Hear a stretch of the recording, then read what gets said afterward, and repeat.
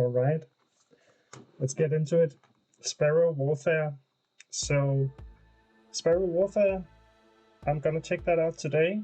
One of the developers will be joining later on a Discord call to talk a little bit about the game, explain some things, maybe answer some questions. Sparrow Warfare is in playtest now, so it's a game in development, and I think it's a kind of deck builder kind of game. They say that it's inspired by Mahjong, which I don't know, famous game, but I don't know.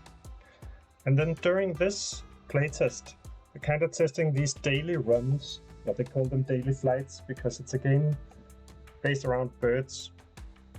But every day you do a run of the game with different perks or challenges. They have 26 different tweaks to the game, and every day 3 of those are present. And you can kind of try and see how high or how many points you can get, and there's a leaderboard. I'm gonna start with the tutorial. This is my first look at the game. This is my first time playing the game. So you can follow me as I take my first steps, or if you're really here for the developer, you can come back in an hour. They'll be here at 10. Game status. Yeah, thanks for joining the playtest. This is a playtest. And so we could expect different things to be wrong. We could expect the game to break in certain ways.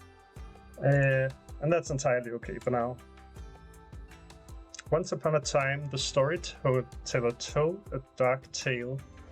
All the birds were trapped by his words, except one sparrow.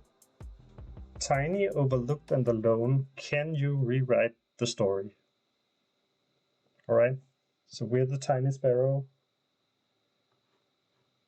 Now, interestingly, my mouse, I can't see my own mouse. Welcome, Sparrow. Place sets or straights to free birds. Then click free birds to get new tiles. Okay, quite interesting that my mouse is not here.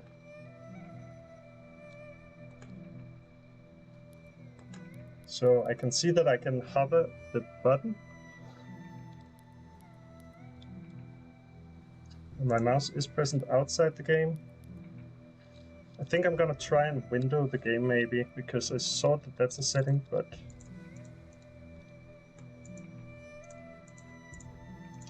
Okay, I don't know if that's to do with the playtest. I can see my mouse on the stream, so maybe I'm lucky I can hit the settings. No, I think that's gonna be just quit the game, start it again. There we go, there's the mouse. And now it's gone again.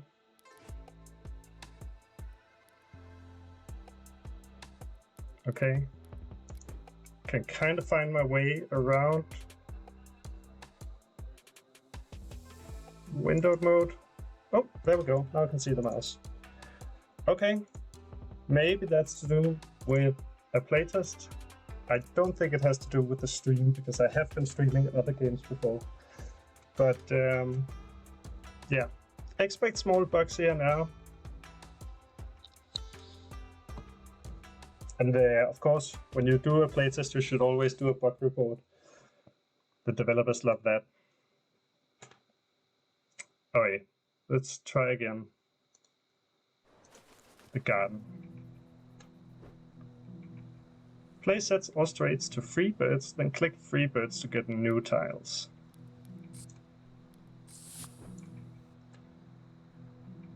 Okay, so am I against these? There's a sister clause. Watch those talents. This tile intends to attack you for 5. And the seller's chirper, that's me. Now I can play different cards. So I have some that defend 1, some that defend 4. I don't know if it's bad to kind of spend them all in the beginning, but let's spend like this so we defend all the damage. And attack as much as possible.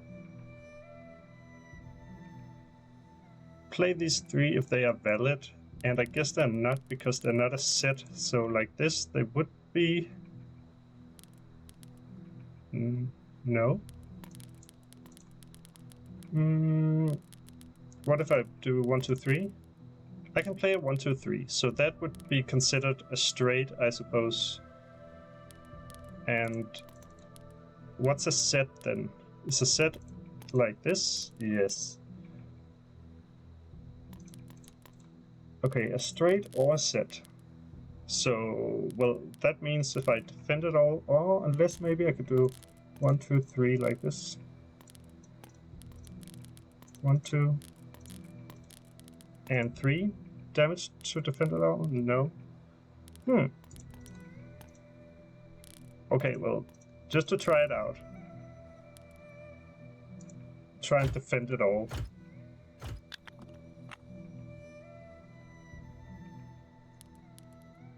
Oh, okay, then I can get new cards because I played a set. So then I'll play like this. Play a triple.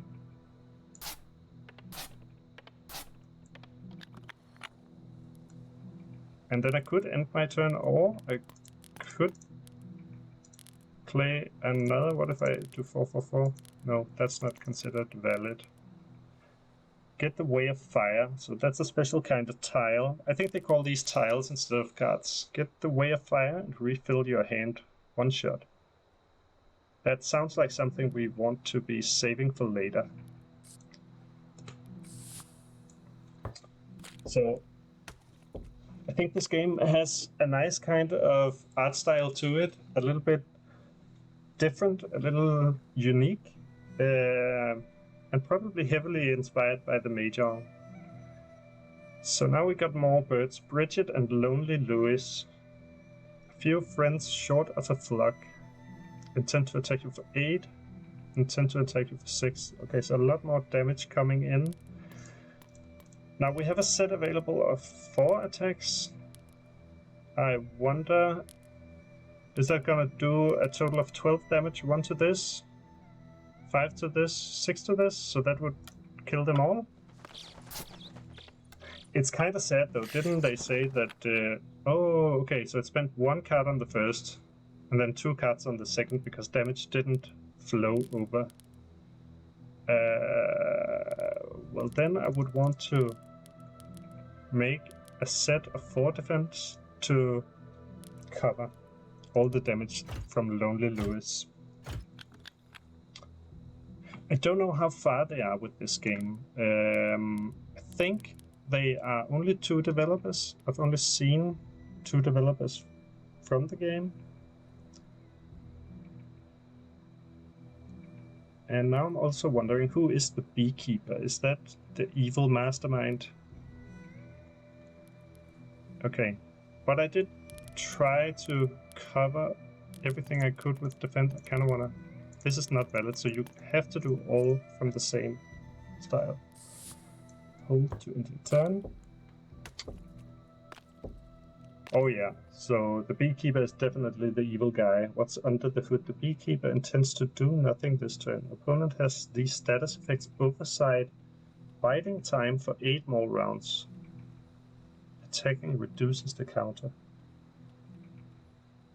Biding time. Okay, so what's gonna happen after 8 rounds? Now we have King Pigeon, Chatty Char, and Papa Hawk. Pick. This tile intends to attack you for 4, shield with a defense of 3, attack you for 9, attack you for 7.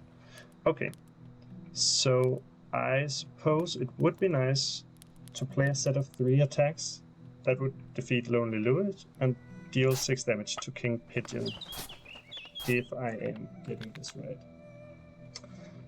Then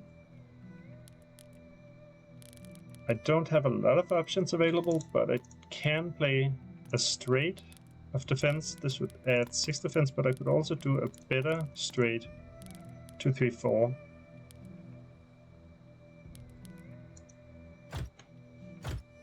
Okay, so the Celestial is armoring. Oh, we actually have a lot of health, right? 70. So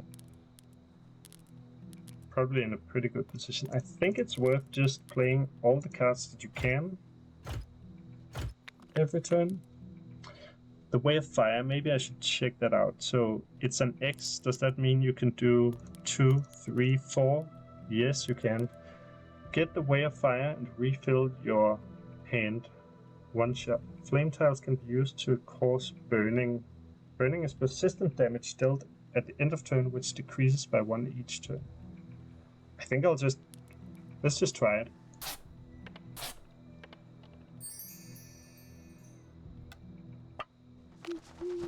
Okay, that was a whole bunch of flame cards that were added to the deck. Wonder if we could kind of deplete our deck. Not a lot of defend options, but there's definitely an attack straight. And then for flame, well, it's overdoing it during these 3. But it's not enough to do less. So play these to defeat the Chatty Char. And the developer that's joining later today, I think her name is Char, so maybe this is her card in the game.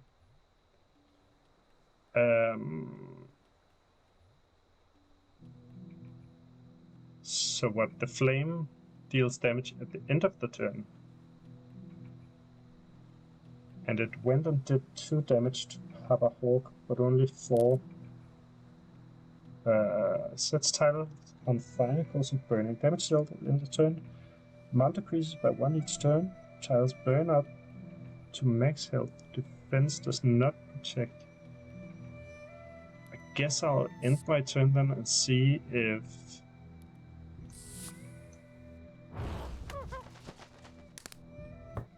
Yes, also seem to deal the damage before.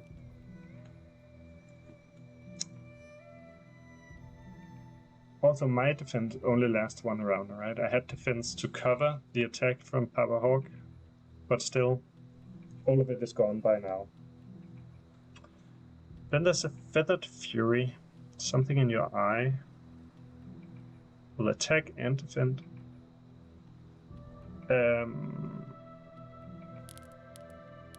I think it's worth just getting rid of as many cards as possible each turn. 4 would be one option. Then 1, 2, 3 would be one option, but then I could also do 1, 1, 1. 2, 3, 4. No, I'm guessing this is gonna be the better option. Okay, so it kind of displays 24 out of 26. Does that mean that Papa Hawk is gonna be only 2 lives left? Or is it because these decrease every turn, so by the... no, that can't be it either. Alright, do another flame set. Well, Papa Hawk is definitely on fire. Let's end the turn here.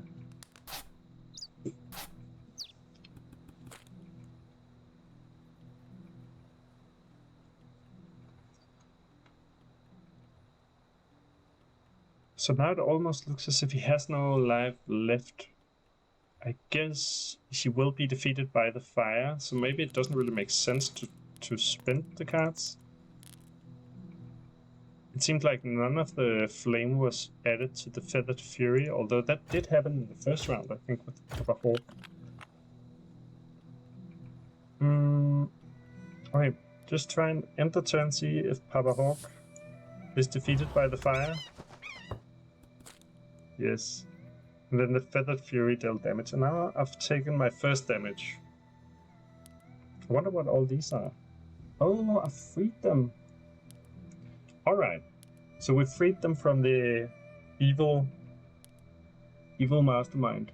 Click on your follower when you are ready for their rewards. Well, I'm ready for my rewards. Use your gifts wisely. Papa Hawk has rewards for you. You can acquire a new tile. Maybe I shouldn't do that while I have all of this available. Oh well, we'll see what happens if I click. Pick a tile. The tile will be added to your hand. If your hand is full, the tile will go on top of your draw pile. Okay, so then let's not... Oh, skip!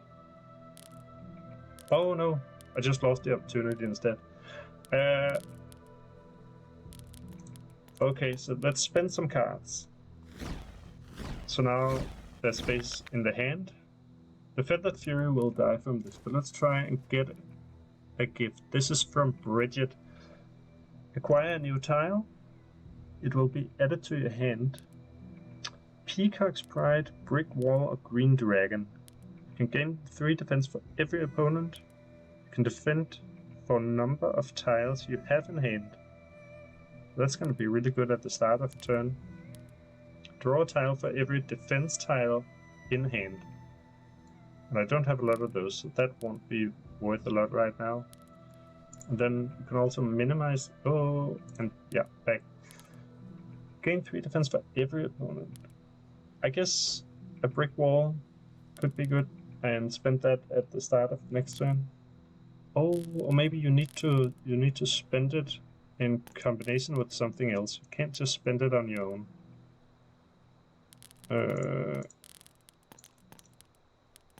But if I do for every tile in hand, no. I'll wait for next turn then, because the Feathered Fury should die from the flame currently.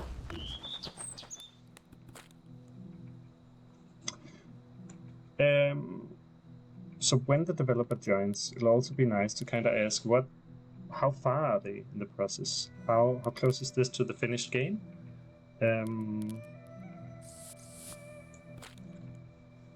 It's a nice art style, I like it, but it's always kind of curious, are they gonna add animations, for example, to these, or do they plan for these to be as they are? The Beekeeper. Well, it seems like the Beekeeper has run out of birds, but is now releasing the bees. Oh yeah. Oh, I need to defeat the Beekeeper now. Well, let's do that. So, better do a brick wall now, as I have a full hand.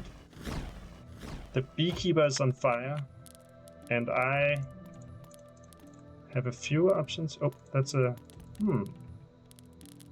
I don't have any options. I could discard cards. Well, maybe I'll consider that next turn, if I don't get any...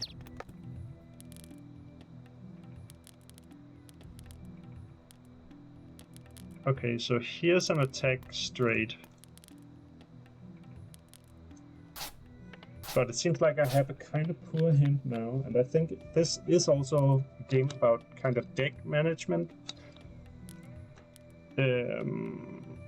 Of course, for the flame right now, if I get a 1, 2, or 3, that would be good enough to use my flames. My attacks are kind of more limited. I would need a lot of cards to get either a straight or set for these. So I think I'll discard those. And over here I'd need a 3 to complete a straight, a 1 to complete a set. Guess that's good enough. Now the Beekeeper is dealing 10 damage, so the Beekeeper might be dealing more and more damage every turn. Is this a game where you can actually lose in the tutorial? Now there's a lot of defense sets.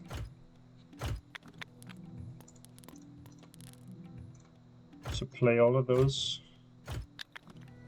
And then for flame, there's neither a straight nor a set to play. This time 12 damage, now 20, okay.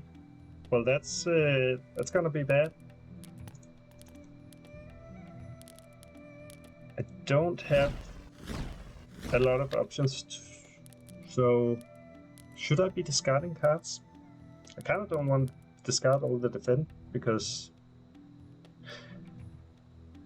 But there's also a lot of health on that Beekeeper. Okay, I can only use the 4 if I get a 3. or a couple more 4s. So that's a little bit unlikely. So even though it's good, I will discard it just for a higher chance to use something. Now here I can use a 4 or 2. And I can use the 2 even if I don't have the 1. So discard the 1. I don't feel like discarding more defend cards. Okay, and now the beekeeper is gonna win. 28. Oh, I can survive for 1 round. I think this tutorial is designed to defeat you in the first round. I hope so. I'll ask later when we get the chance, because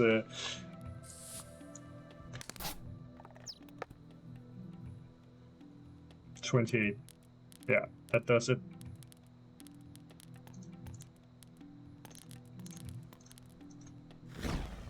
I'll do what I can, but oh wait, there are all these extra cards available. I forgot about those. The tile will be added to your hand.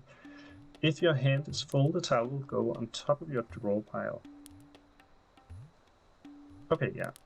Magic 9 ball. Transform a tile in your hand into a random wild tile. What's a wild tile? It's a tile that can slot into any straight or run. You can even use 2 of them at the same time. I should definitely have been using these birds because they have all the special cards, right? The cuteness. Reduce strength of all opponent by X for this turn. And what is X gonna be? If I do 3, 4, and 5, right? So that could be a defend 5. And then it will be back in my deck for the next level. So is there going to be a level after you defeat the beekeeper? Lure out the next opponent tile. Well, there are no more opponent tiles, now there's just the beekeeper. Transform a tile in your hand into a wild tile. I kind of need to find out what that is. So let's do 3, 4, and a 5.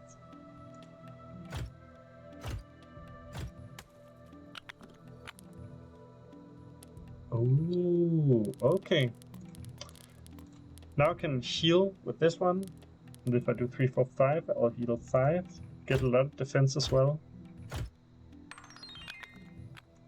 Alright, I figured this out way too late.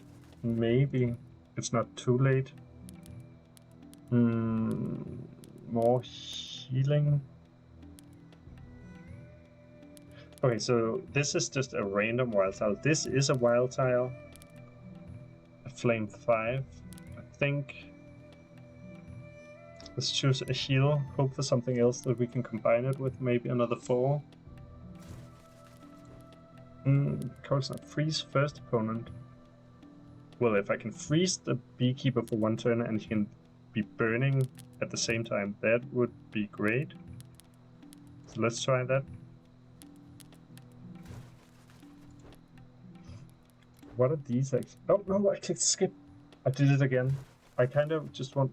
So I thought this was the button I wanted to click. What are these? Play the correct tiles to unlock this option. Okay, so I haven't done the right things. The tile will be added to your hand. Okay, a 5. I could combine the 5 with these 2, then they would be 5s. Draw a tile for each fire tile in your hand. I don't have a lot of those right now. So defend. Although I probably don't need the defend if I do a cold snap. That would freeze the opponent. So save that for later. Then only heal for 4, but that's okay. Frozen. There we go. Frozen tile does not attack. Alright. That definitely helped evening on the odds a little bit, but... Oh, all the defense disappears every turn. Now he's down to 8 attack. Why did he fall all the way down to 8 attack? Is that because he was frozen for one round? Okay, just add more flame to the fire. Do some straight attack. And then end the turn. Now, I'm not normally much of a deck builder player. I haven't played a lot of these, and when I've tried them, I kind of think for me, they get too mechanical. It's too much about the game mechanics. This so far seems digestible. It seems nice. Now, add defense. It looks like the beekeeper goes like from a little damage up to a lot of damage and then back around. So maybe it's still possible. 4, 3, 2. Is there a point in discarding the cards when you have so few? Because they're kind of the lower end cards.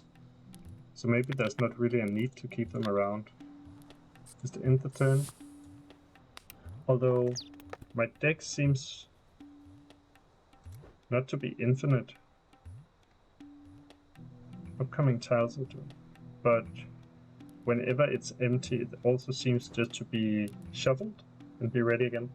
The beekeeper is almost down. If I can survive for one round, and I can't because I have 12 health and he's dealing 10 damage. So then I did make it after all. Fly free, little sparrow. Fly free, little sparrow. Okay, great job. If you're feeling ready for the real deal, try out the Daily Flight. So that was the tutorial. I think that was a nice tutorial because it didn't feel like a tutorial where you were forced to do this or that and it was boring. It was a nice tutorial. Okay, so the only thing that's left in this playtest is the Daily Flight. And that's because that's what they're testing right now. And so the Daily Flight is kind of, you do a daily run, and there's going to be some kind of change to the rules for today. And those daily flights, they take 30 to 60 minutes, like half an hour or an hour. And since that's all there is right now, I'll be doing that. So you can see someone else already played today. Toonster and Robotic Kitty. And you can browse backwards. So they actually do have a few players playing the game for this playtest already. That's nice. And then there's a new challenge in 15 hours. So at midnight, today's flight. Okay, so these are the three kind of rules for today. Magnificent, you start with 7 wild tiles of your way. So I haven't really figured out what a way is yet. Pumper Run, start the flight with the Pumper Run or rum. Buff set to 1000. That sounds like a lot, but I don't know what it means. We'll figure it out. Wildest tiles, get all boss tiles of your way and all common boss tiles. That also sounds wild, but we'll see what that is. Now it says out here fire, so maybe that's the way of today. Game status, should we be reading this?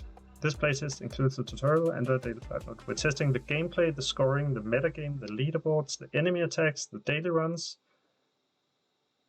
The beta is progression mode, the alpha is graphics, sound, and animations.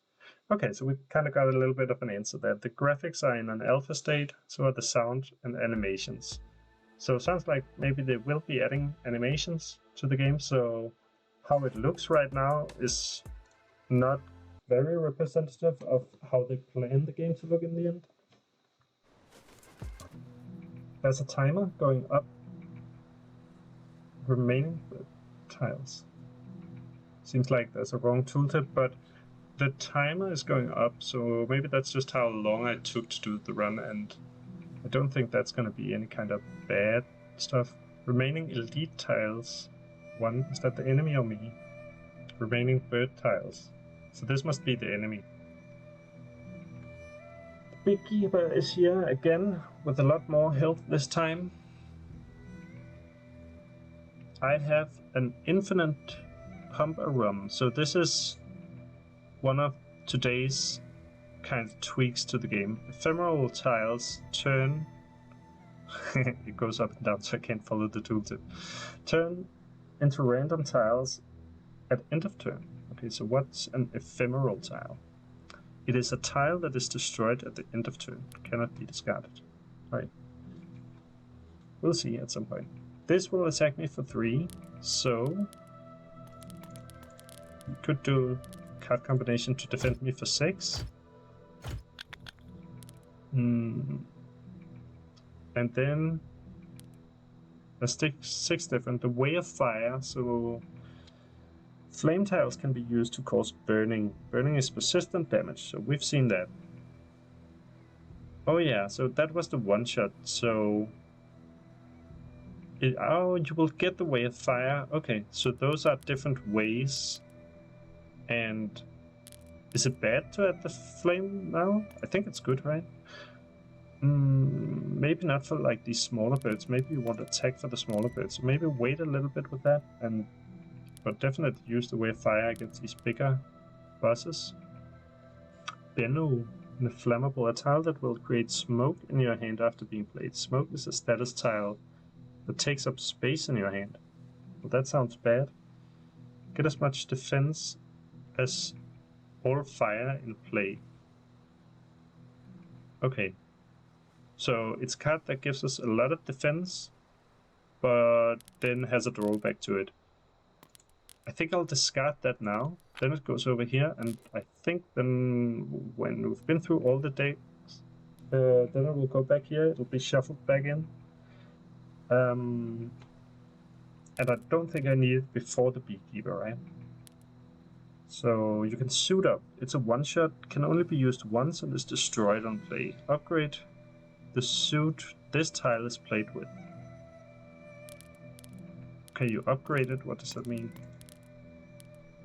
Upgrade the suit. So you would upgrade the defense suit. I think play that next round because I've already covered the attack. Not sure what it does, but we'll see. And then there's Arson Smolder, a tile that causes 3 fire damage at the end of turn. And is only used once. You multiply fire on a random opponent by X. Oh, okay. So if you do 2, 3, 4, then it would multiply the fire. That also seems like something for the Beekeeper by the end. So I hope I've understood the discarding correctly, but I think if you discard it, then you'll get it back later. Going worldwide. Attack all opponents for X times your followers. And what's a follower? When you free birds, they will follow you.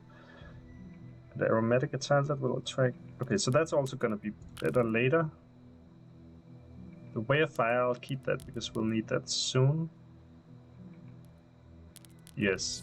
Alright, let's try it like this. Persist of claws attacks. I didn't deal any damage at all. I get to deal some damage now.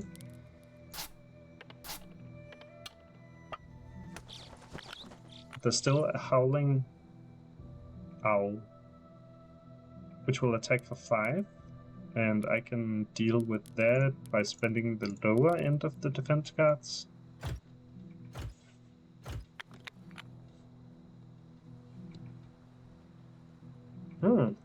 Someone said to look out for the chat, and I was in the chat, but I was only seeing my own messages because I was too far up. But let's say hello, Sadcorn.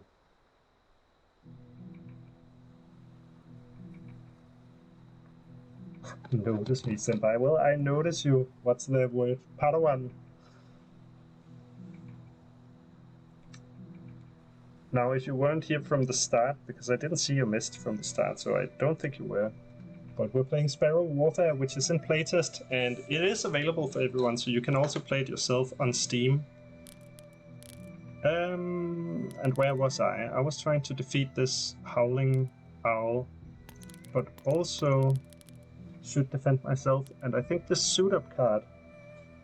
oh, you weren't in the beginning. No. Well, I'll explain a bit again then. So I need to play like a series of cards. So I need to play like a 2, 3, 4 of defend, or 2, 3, 4 of attack, or a set where it's like 2, 2, 2 of defend, 2, 2, 2 of attack. And this suit up is a special kind of card, can only be used once and is destroyed on play, and it will upgrade the suit this tile is played with. So I think it will upgrade play, or upgrade defend, but I don't know how.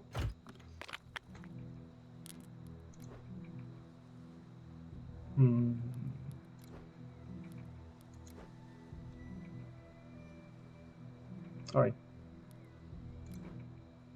Don't know how that worked, but at least I have my defense, and I seem to have a lot of defense. I got a lot of defense from that, so...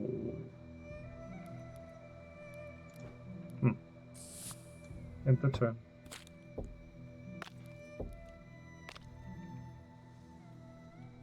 And then all the defense removes at the end.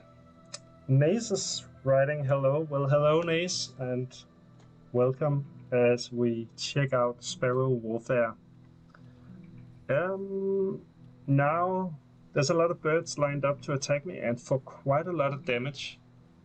The magpie, it's an actual pie. What the what? Attack for 17. Okay. Well, thanks for writing in the chat as well.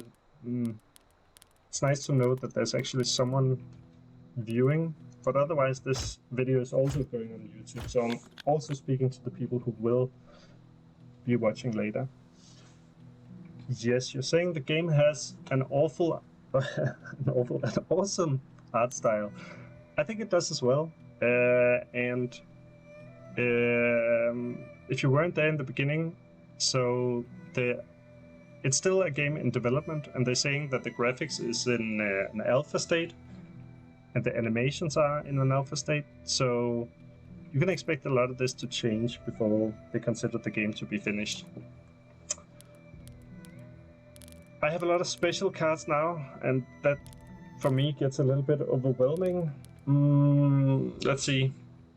It would probably be worth to play the Way of Fire soon, because the Way of Fire is gonna add a lot more cards to my hand and to my deck. Oh, not to my hand. Oh, yes, there they go. If I can do some kind of easy attack just to get the owl out of the way. Forest fire. Set everyone on fire. Okay, that sounds like something I want to do, because there's a lot of enemies lining up. I don't have a lot of damage on them right now, but add extra current probability to get rare tiles.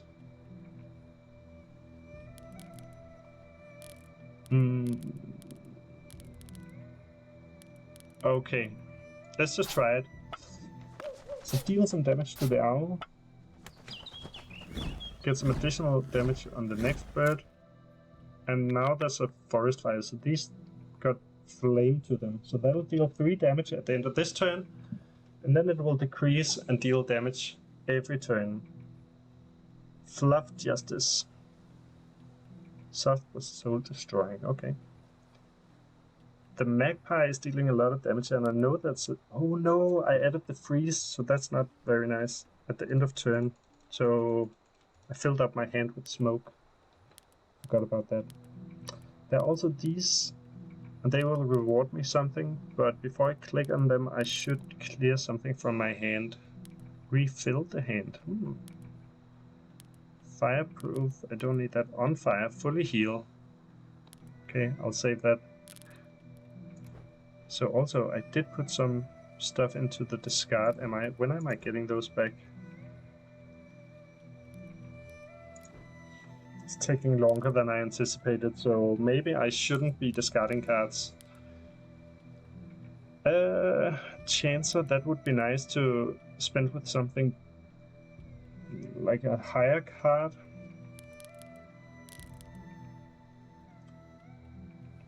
Then I can draw a tile for each fire tile in my hand. I don't have a lot of those right now. It seems to me this hand is getting kind of poor. Let's... immune to fire damage. I will just kind of get rid of some of these cards now. Just to have some more opportunities for later. Oh, I got more smoke. I didn't even see that I would be getting more smoke. Also, for those who just joined, so this is a daily run. So there are like some modifiers up here.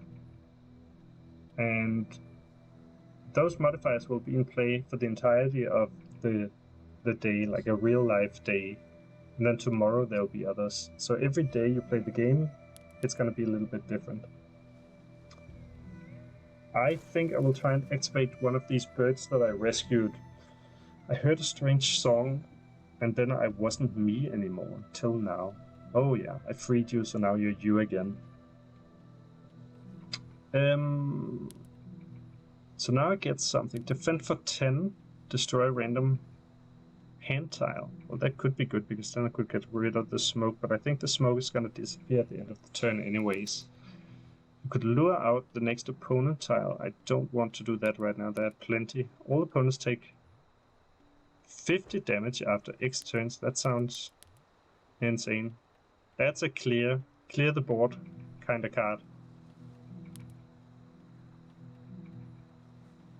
But after X turns. Let's try one more. See if there's something to save us. Transform a tile in your hand into a wild tile. If that can transform a smoke, that'd be really nice. Oh, but I need to play it with something. I don't think, no, I cannot play just wild tiles. I will discard one of the defense cards because they're too far from each other. Then I'll just end my turn, get rid of the smoke. I won't take too much damage. Oh, what's going on here? Why am I getting cards now?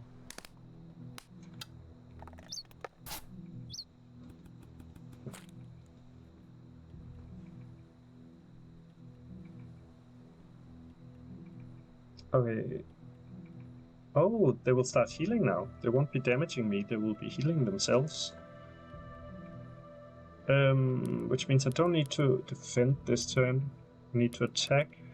And I have so many wild tiles now that they've kind of clogged up my hand.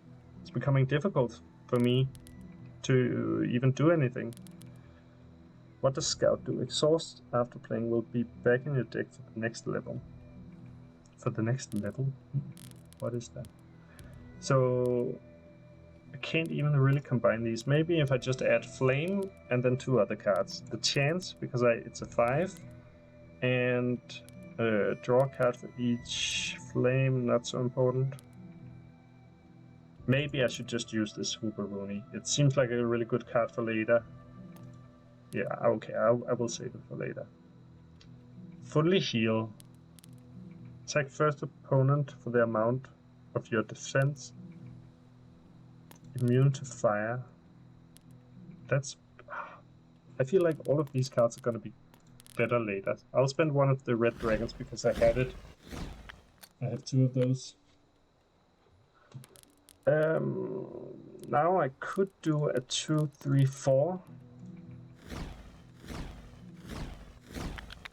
So now the magpie is burning for a lot, right? It will take 31 burning damage, and that should end the magpie.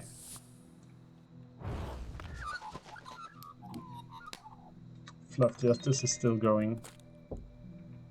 Oh, the beekeeper's taking damage. Did I put the beekeeper on fire? It doesn't sound very nice to put a beekeeper on fire, but in this case, it is.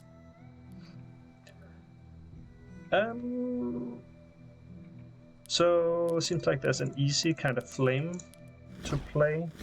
Maybe it's not necessarily good to just play what's easy. But I should add some defense maybe. I have a good chance to do offense, and then I can attack the first opponent for the amount of defense I have, and then what do? Refill the hand. Although I'm gonna end my turn. Oh, maybe I won't. Maybe I can attack the king pigeon if I do this. So I'll get 5 defense, I'll attack them for that defense. I refilled my hand. The fluff justice is gonna die from fire, but is there a way to get away from that? Sadcorn is saying, haha, the king pigeon has a little crown. Yes, it does indeed. And I think all of these are kind of, what do you call that? Comedic? Have comedy names. But I think Chatty Char is one of the developers. Because I've seen a Char on their Discord. I've also seen a Martin. And I think there are only those 2 developers. Now, whatever I do now, I'll be attacking this Fluff Justice. It would be nice to go attack the next one. Can I do it? Maybe if I just kill the Fluff Justice. Although that's also a waste of fire, but then I can add more fire and transform one of these smaller attacks into a wild tile.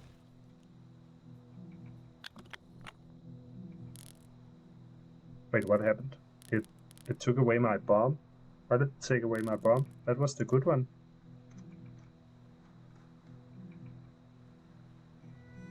Transform a tile in your hand into a random wild tile. So it can also transform the wild tiles. But why did I get a flame? Well, that sucks. Well, I have a lot of defense now. I have some flame. I think I'll just end the turn. This could be also a game where you don't need to spend your entire hand every turn. Oh, there's Zeus. This god rolls dice. This tile intends to discard 3 tiles from my hand. Well, that's not very nice, Zeus.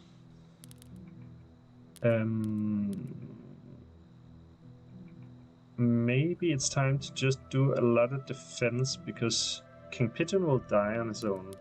Can defend for number of tiles I have in hand. That sounds good. Then I'll add even more defense, but then I would need one of these, like a dragon. Double all fire. Not really needed right now. All your buffs are multiplied. Immune to fire. So I've had this immune to fire a couple of times, and I haven't really been needing it.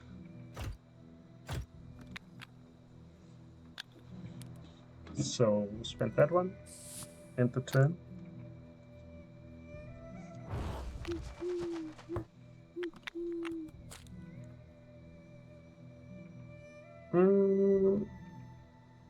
I think actually also the music is very soothing. It could also have been a lot of combat music, but it seems to have like this kind of Japanese vibe to it.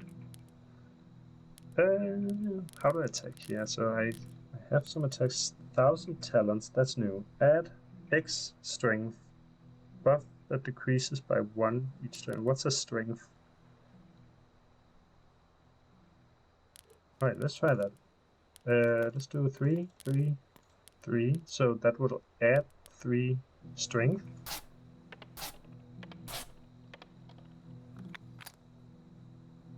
All attacks deal 3 bonus damage. Okay.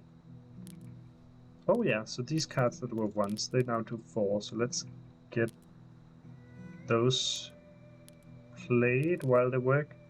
I could fully heal, but that would be better later. All your buffs are multiplied by X. See, that would mean I have 12 strength, wouldn't it?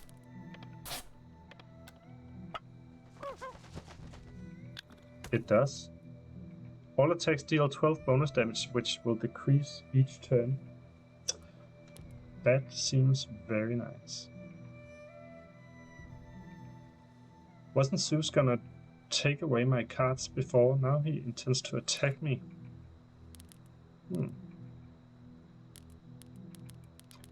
I can't do... Can I play like a dragon? Double all fire. Okay, sure, well. Double the fire. Add 1 smoke per opponent. That's not a lot of smoke right now, so that's good.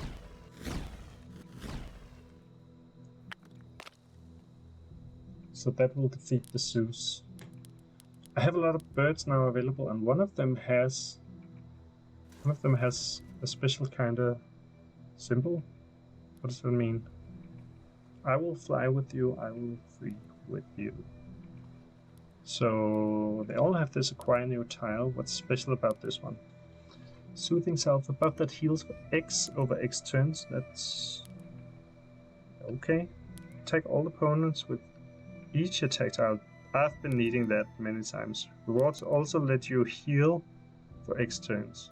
I think I want this one. I've been needing that.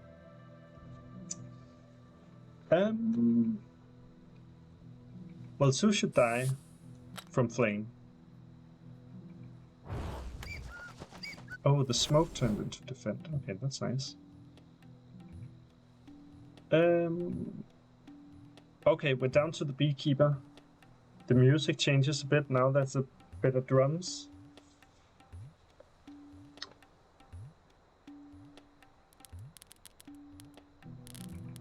Double all fire on a random opponent, so I think I should be getting these. Yeah, what I'll do is I'll play all the flame just to add fire to the beekeeper. And then I could defend with the incinerate to double the fire on the beekeeper.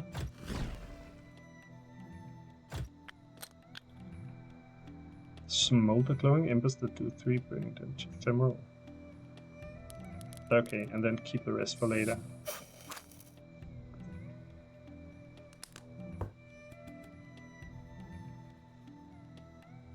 Okay, so now the beekeeper's on fire, and if I can double that again, that would be crazy. But I also have this strength still. Oh, there it is. Attack 14. Can I get that out of the way somehow? Well, I guess if I do attack and I just combine it with these, then it will... fully heal not needed. Attack all opponents. I might as well use that because I don't think there are gonna be more opponents as soon as you are against the beekeeper. Destroy all tiles of lowest level of suit played with. Sure, that will destroy no tiles because I have no more attack tiles. Oh no! Did it destroy them all in the deck?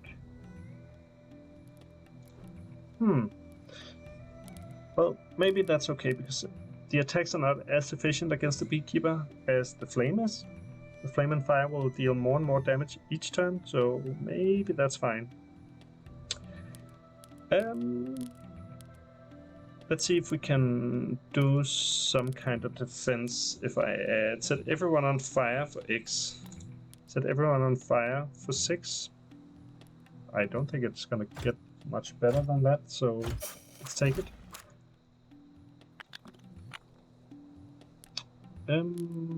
Maybe I could do a flame 1/1 and keep defense at the end of turn for X turns. Well, I need that to be better than a 1.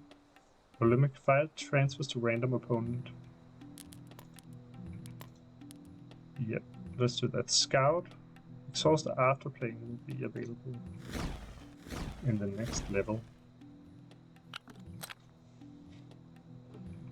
Not a lot of options left now. Keep defense at the end. Oh yeah, maybe this could be good. So no, I don't want to spend the fully heal yet. It'll get worse.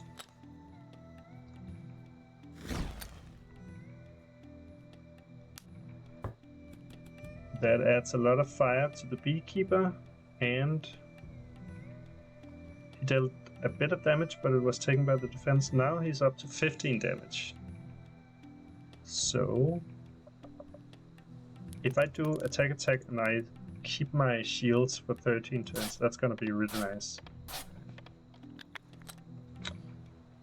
I have a feeling that today's run start with 7 wild tiles of your way.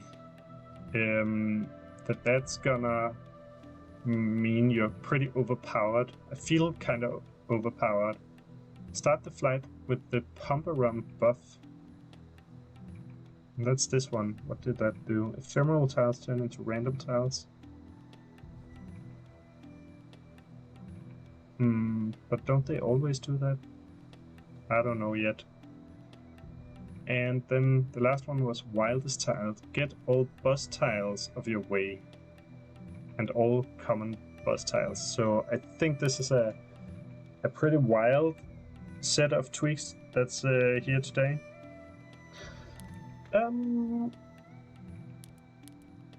Red Dragon, draw some more flame.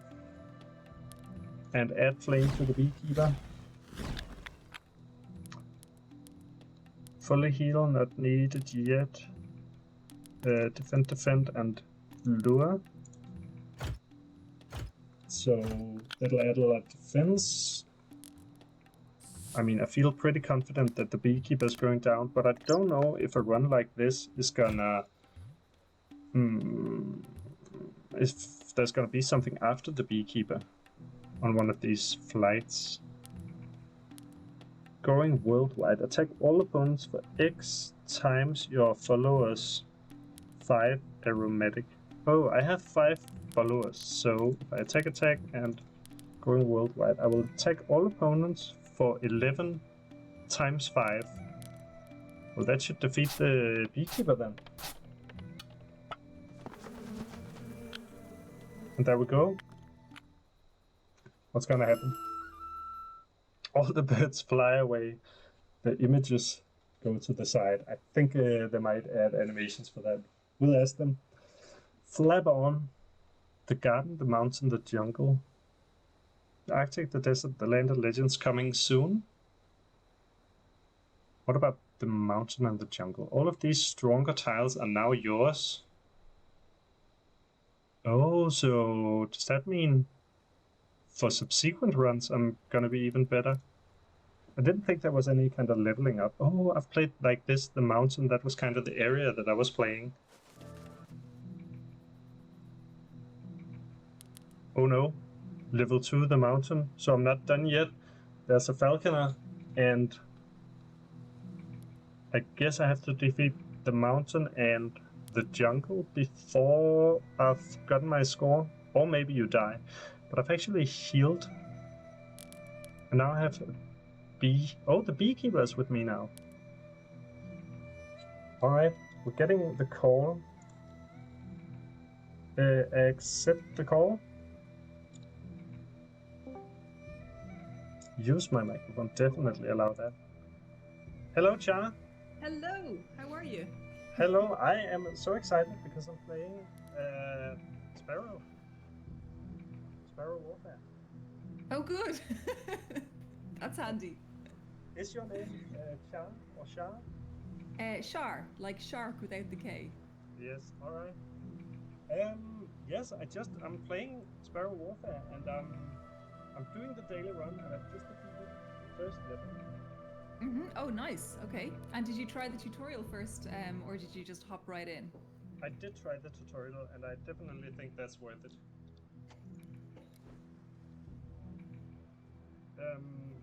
Now I'm against the falconer. Wait, okay. Oh, yeah. I think I'm just gonna tune the volume a little bit down on the game sure. so I can hear you better. I think it's a really nice game so far, actually. I am actually not. Yeah, I'm not too much of a deck builder myself. But this one seems to be, digestible. You can actually get into it without too much of a fuss.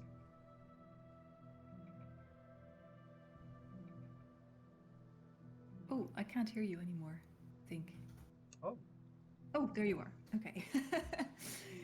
Yeah, right. So I mean, yeah, that's really one of the things we wanted to try to do, is to make sure that folks could easily get into the game, and like it's got a lot of, like, it can get harder. It's hard to get to the top of the leaderboard, but that, like, when you get in at first, you can kind of understand the mechanics, hopefully, pretty quickly. Yeah, I was kind of excited to see what my leaderboard score was gonna be when I finished the beekeeper. But now I'm just confronted with the falconer, so I guess I need to defeat the falconer, or the falconer is gonna defeat me, and Well, that's gonna happen actually, before I see my score. in for the daily, so this is the daily flight. Hmm. So there's 3 levels in the daily flight. So you need to you either die or get to the end of the 3 levels to get to the leaderboard for this one. All right.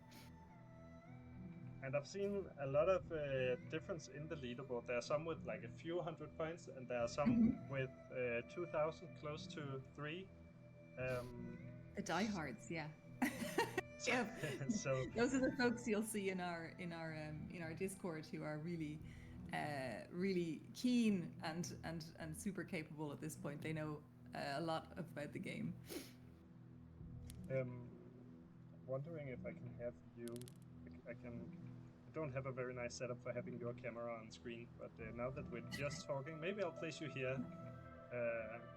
A tiny video of you. Okay. And So what are we looking at today? We have the magnificent 7 extra wild tiles. That's pretty OP. That's nice. yes, And then pump a run.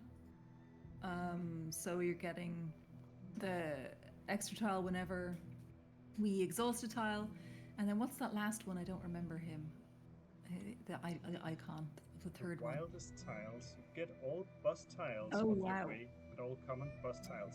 And I don't know the game very well, but I have a feeling that this is some of the wilder tweaks. Yeah, this is between the first, the second one is pretty regular, but between the first one and the third one, you're going to have so many more really high level wild tiles than you're used to, because in a normal run you'd only have like 1 from each boss, so you're starting with everything. Yeah. So it's pretty exciting stuff. I'm probably getting spoiled then. I feel like I have a really good hand, and that's probably just because these ones. So if I play the game tomorrow, I'll have a harder time, I suppose. Who knows? I don't know what the modifiers are going to be. It could be another really wild one. Yeah. It's kind of nice that you made this game and you won't know what's going to be there tomorrow. So you can play it every day, and you can play it yourself and be surprised yourself. Yes, I mean that's exactly what I'm doing at the moment. Like for this playtest run, I'm doing a little video every day of my daily run, and it's always like there's always something surprising in there to me as well. I think that's the real fun of deck builders. So where do people find those videos if people are curious? Oh, that's on our YouTube channel. We have a NEON AURELIUS YouTube channel. I don't know. Am I allowed to post links in the chat? Is that a thing that can happen? I could post a link. Yeah, you can definitely do that. I have not set up. Or I could just write it in. Maybe Twitch has kind of guards against that. I see sometimes some bots. Yeah, YouTube NEON AURELIUS. Yeah, there we go. And you can also find the game on Steam, right? And everybody has access to the playtest. Yes, it's an open playtest at the moment for another week. We'll have an open playtest and then we'll close it down. But like last time, the way we worked it was we closed down people coming in, but anyone who was already in can just still keep playing the game whenever they want. So, right. Yeah. So maybe if you want to be part of all the playtests for this game, you should grab the playtest now. So then you kind of unlock the option to be there for the next ones. We'll do the next one open as well. Okay. It's just, I suppose, when we close it down, like in a week from now, then no one can get in, but everyone who's in can just keep playing anyway. So that's one of the benefits of being in. I mean, if you want to play. It's not much of a benefit if you're not excited about it. It's been really nice so far. Very easy to get into, but then you also have a feeling that you really need to be thinking to play it well. So it has a low barrier of entry, but maybe a high skill cap, and that's very nice. I think that's exactly what we're going for. So it's super nice that that's what you're finding so far. Yeah. So what are you going to do here with the Shrike? Yeah. So maybe I should get into it, but I I don't know. So it intends to burn me. I haven't seen anyone burn me before. And it has a shield of its own. And at the start of turn, shield set to 5 and decreases every turn by 1. So I could add some flame to it. That's probably gonna be good because I cannot finish it in 1 turn anyways. I'm sure. Hold on a sec. Well, I mean, depends. Do you want a backseat driver or do you want not backseat? I mean, now that we have you here, let's hear it from an expert. So I just did the tutorial and this is my first run, right? So I'm a noob. So the first thing I would do is before you play any fire, I would probably start by playing some attack tiles on him, because if we use fire and then we use attack, it kind of wastes the fire, if you know what I mean, because the fire happens at the end of the turn. So if I was playing this run, the first thing I'd probably do is play the 4 and 5 of attack and the magic 9 ball that you have in your hand, because that's not going to fully get rid of him, but it's going to take him down so much that the fire will be an easy roll and you'll get some fire on through to the falconer as well. Oh, that's how I got it. So I did get some fire on the beekeeper at one point and I didn't fully understand why, but of course, yeah, it just keeps going, and if it adds up beyond one of the beyond the amount that a bird tile can take, it goes on to the next bird tile, so it kind of propagates that way. So I was a little bit scared about using the magic 9 ball because it transforms a random tile in my hand, and I used it once and I think it took one of my wild tiles. Can it do that? Yes, it can, yeah. So it is a bit of a gamble, but I suppose in this case, because you have so many wild tiles coming with your with the daily flight that it is, I would find it like acceptable if it got rid of another wild tile, so that you can get through the strike. It's also quite low right now. All right. Yeah. Let's try it. Let's see what we lose and what we get. One of the flames, that's acceptable, and then we get some lucky bamboo. Draw tiles until the next wild tile. Okay, that's super sweet. So that one, especially, this is very nice at the end of a level. Like, so at the moment you have, if you look in the upper left, you've got 6 more bird tiles coming and 2 more elites. So if you draw tiles until the next wild tile, you might of course end up with a lot more birds on your plate. But if you, at the end of this level, like when it's only you and the falconer together, then you can basically run your whole hand down, play lucky bamboo, and fill up the whole hand again. So that's a kind of nice moment. Okay. See, this is also where I do feel like the game has a kind of skill level to it, because I might just use this this turn once my hand was kind of empty. But you're saying it could actually be nice to wait with it until you've defeated all the birds. I think it kind of depends what kind of player you are. So I'm a bit of a reckless player. I tend to like try to build up a lot of defense and then try to lure out a lot of birds at the same time. And that's like, that sometimes works for me and sometimes it bites me in the ass. Other people are more cautious players and they would like save a wild tile like that for a little bit later on. So it kind of depends what kind of player you are. I'll play the fire now to get rid of the fight. See some flame going on the falconer. Oh, it didn't die. Yeah, because the fire happens at the end of the turn, so you are safe from him. Die. Yeah, well, be freed, let's say. Oh yes. That's what the game is about, right? There's some kind of evil. Who is the evil? I thought it was the beekeeper in the beginning, but I've actually freed the beekeeper. And now there's a falconer, so. The storyteller is the ultimate bad guy at the end of the game. He's at the end of level 6, which is not in this playtest. And then he has his henchmen who do his dirty business for him. So that's like the poacher, the falconer, the beekeeper. Okay. Yeah. All right. So we'll be seeing those guys as well. Yes. So I'm going to give you one more tip at this moment, and then maybe I'll shut up for a while and let you play. But at the end of that last turn, you had, like, for example, like maybe some low-level tiles in your hand. And sometimes, again, being a reckless player like I am, I would maybe discard like level like one and two level tiles Yeah. at the end of my turn, just to make more space in my hand for so that when I do end my turn, I have more chance of really cool tiles coming into my hand. Also more chance of birds though. So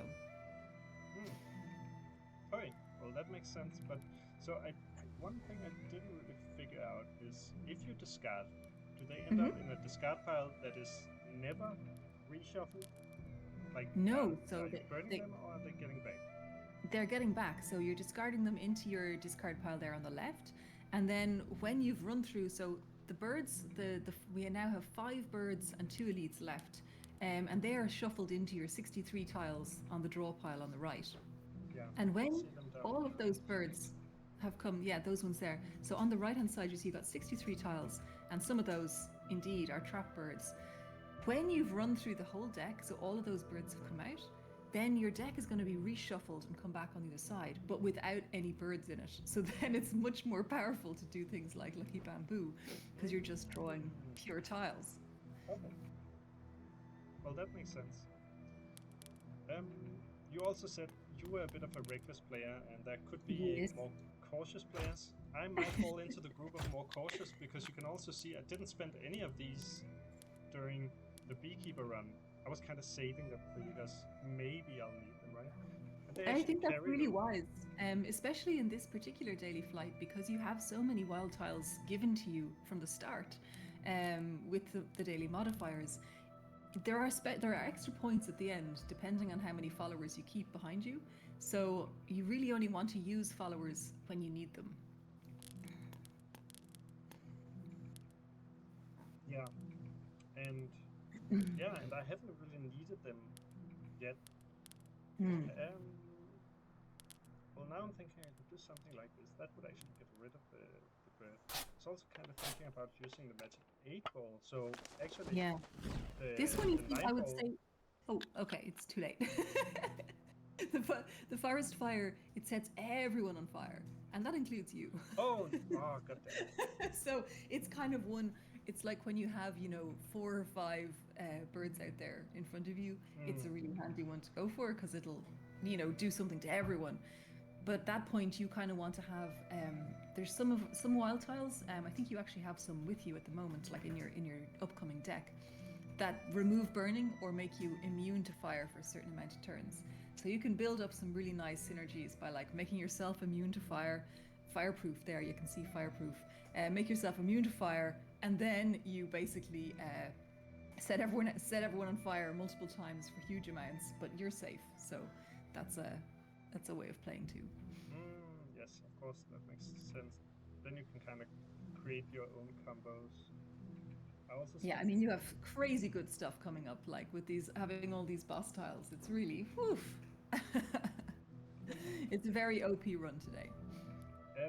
I noticed one of the birds is Chatty Shah. Is that you? Yeah, that's me, yes. And I haven't seen a Martin, but I think, is it correct you're only 2 developers creating this game? That's it, yeah, we're just the 2 of us, just me and Martin, and together we're basically doing everything that there is to be seen here. So yes, we're absolute Slay the Spire obsessives, and we always wanted to make a game that gave us the same feeling that we have when we play the Slay the Spire daily run. So that's kind of what we're going for. But we also got really into Mahjong, so then we started to bring in this sort of Mahjong elements as well. Yeah, so Mahjong is a game I haven't played. I think most people know what Mahjong is, at least when they search for it and see the images of it, but I don't know that it's that widespread in Europe. No, it's not. And actually, when you say like most people know what it is, they actually don't really, because most people, when they think of Mahjong, they think of the solitaire game with all of the tiles in one big clump, that you're kind of taking sets of 2 tiles and removing them from this big space. But the Mahjong that we're talking about is actually, there's an original, like a 4-player game, where it's basically a card game, but you're just playing with tiles. So it's like four players around a table and trying to make triples. So either sets or straights like we have here, but in Mahjong it's called pongs and chows. And we actually learned mahjong from our friend Hannah, who is head of the games program at the IT university, and she lived in Hong Kong for many years. So she taught us mahjong about I don't know, a year and a half ago, and we got super into it. Okay, so she actually went there, got the correct version, and brought that back. Yeah, she knows how to play the real deal. And then earlier this year, we went on a mission to China, Martin and I, mostly to eat, but a little bit to play mahjong as well, and found even a new form of it up in Chengdu, in northern China, which is like an easier version and kind of fits with the Sparrow Warfare shape of mahjong.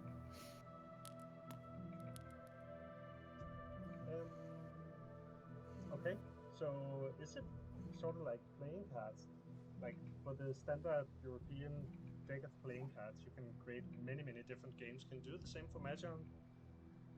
You could, but it seems it's not super common. Like there is like variants of playing mahjong, but it is all mahjong. So it's not like the way that we have, bridge and canasta and things like that. It's just different versions of playing the same kind of game. Well, looks like you're doing pretty good here, I have to say. And now that you have your shields up on, I see you have like for the next 6 turns, any block you play will be saved. Then you can easily just keep playing. You could play all of your defense. So in this case, for example, you have 5/5/5 down there of defense. I'd play that first because it's going to be saved, and then your sticky beak will refill even more tiles in your hand. That's true. Somehow I didn't think about any new defense I'm playing will be kept by this barricade. But yeah, any defense you have is going to stick around for 6 more turns. Okay, now I feel like I'm golden. It's pretty good, yeah. But of course, me being reckless, there's also the sticky beak situation. Is of course maybe you're going to draw a bird tile. No bird tile. Easy. Well, the good thing about me is that I'm also pretty lucky. So you seem so, yeah. So you've got a really nice situation here actually, because you have this wild tile Incinerate, which will double the fire on a random opponent. Now you don't want to play that immediately while Hawkward is still out, because if it doubles on Hawkward, it's kind of useless. But you can play it with, you could play like some of the attack tiles with Incinerate, and that would do a lot to the Falconer. You will get a little bit of burning, but I think it's worth it to double. He has 67 fire on right now, so doubling is good. How will I get burning? This will... because it adds a smolder, and a smolder is a little tile that'll come to your hand and then do 3 damage before it leaves. Okay. Well, we can deal with that. Yeah, so if I play this, is it always the leftmost that goes first? So that will be Hawkward? Yeah, exactly. That will free Hawkward. Free Hawkward, yes. So this is a very nice positive game. It's not about killing anyone. It's about freeing everyone. It's about freeing everyone from the corrosive control of the storyteller. Yeah, they're all trapped inside the tiles. And actually, I tried to do the art. Like, I'm not an artist, but I have had to do the art for our game because we didn't get any NIMBY funding and we don't have a publisher. So I'm doing the art myself, and I'm doing it with like public domain pictures of birds that I'm recoloring and adding together with different props. So when the birds are trapped in the tiles, I'm using like old illustrations for that. But then when we free the birds, on the left, I'm actually using photographs of birds for that, so that it's kind of, going from this like plain tile image to like a more living and exciting side on the left. Oh, that's really nice. But you've definitely also done a lot of stuff to it after the photograph, haven't you? Oh yeah, sure. I do a lot of color changes, and I also spend a lot of time. You see, I gave King Pigeon a crown, things like that. But yeah, I do a lot of color changes, and with some of them, I also edit the eyes, because the eyes, just to make the eyes more visible. I think King Pigeon might be one of them as well. Yeah. Another thing I thought about, like it says when you start the playtest that there are some things that are considered alpha, and that's kind of graphics and animations. So what do you plan to do for the game from this point onwards? Yeah, so we want to. I mean, the dream would be if we had enough money to have a real artist come in and help to work on the art, and the animations. In the meantime, Martin is going to be working on animations. He's done a little bit more in that since we got this playtest out. But of course, that's just like we are. These are not the things we're experts in. At this point in time, we don't have the money to do those, so it's going to be slowly increasing our skills as much as we can in the hopes that we will get an artist someday. But like you can see, for example, the falconer there on the right, like how I'm making the bosses is also kind of a crazy process. It's like he's put together from a photograph of a guy wearing a hood, which I then like kind of watercolored over. And then I've added in a glove from a different person, a falconer's glove, and pushed that in. And then the bird is from a completely separate thing altogether as well. And so then when he wakes up, well, I mean, in a few turns, you're going to see what happens when he wakes up. But that's another little part that I'm just like collaging. The whole thing is just collaged together, you know, like as if we're cutting out bits of paper and sticking them around with glue. I think that's actually really well done. It does come together very nicely, and I mean, I thought this was a drawing made from scratch, and I mean, that's a really nice process, and it's a really nice outcome. No, thank you. I'm glad you like it. I feel very. I'm sure you can understand. I feel kind of like nervous about it because you know I'm a game writer. That's my job, and putting stuff out in the world that I'm not super super good at, it feels very scary. So it's really nice when people like it. You're doing a great job here on the falconer. Look at him. Oh, he's awake now. You can see now what I did to him. He's awake. Yeah, it's he good to has a talk little about that. skull. Yeah. But his bird also flew away. Yes, the bird is free too now. I think I'm at a point now in the game where I'll just end my turn. Because the flame, I could combine that with one of these. The 8-ball, I don't want to use that because that will potentially destroy my Lucky Bamboo, which seems like a really good card. And it's a really good card for later, but maybe not a very good card yet. So yeah, I think it's a good move. I would also end turn now.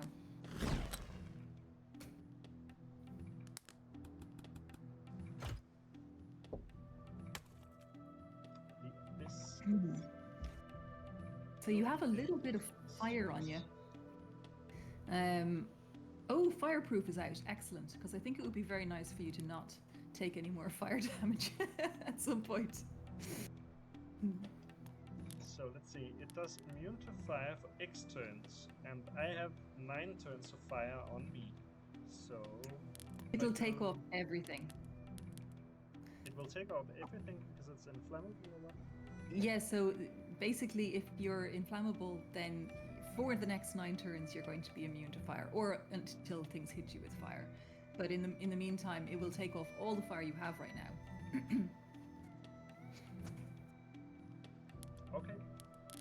There's also one coming up here. Get as much defense as all fire in play. So, oh yeah, that's pretty sweet. Especially with your shields up, you're gonna have you're gonna be sorted for life. I mean, you almost have this falconer. I think you have him in the next turn, so it's going good. Okay, let's just try and start with getting fireproof, and then I could.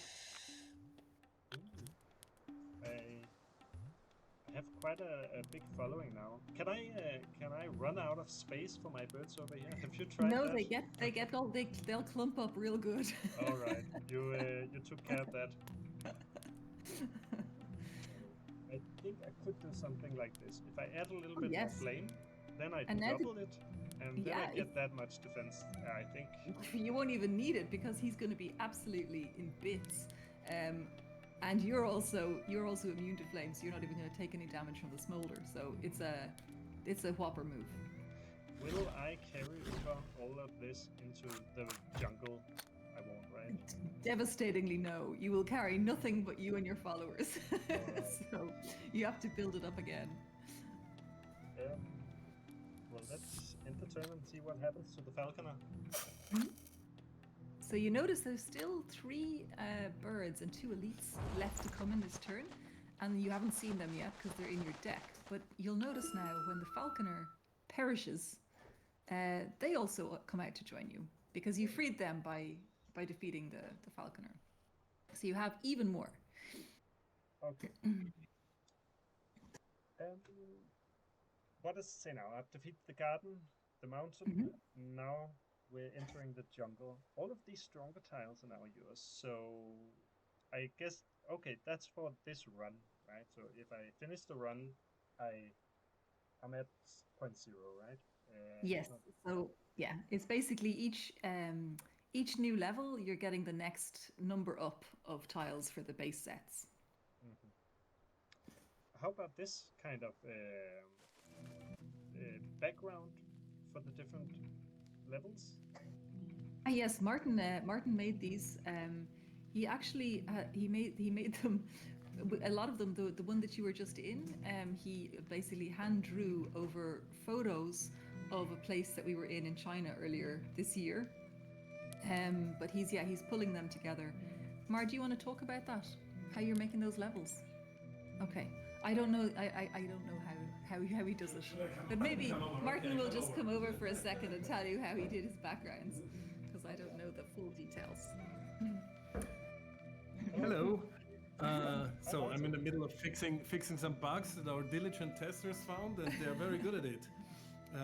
Turns out it is very hard to randomly sort cards into an empty draw pile, and leads to a crash. Well, no more now in the next version. So I'm potentially still entering a crash during this run.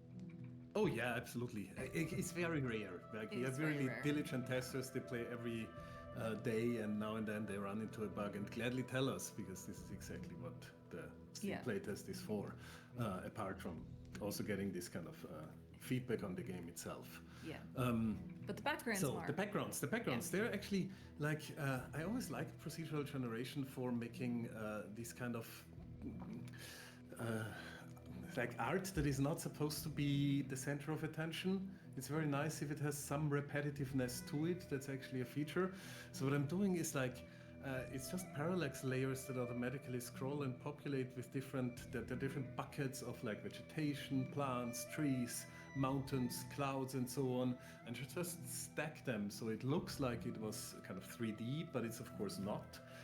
And then I give a little bit of wind with particles and so on, and that creates this kind of lush background situation.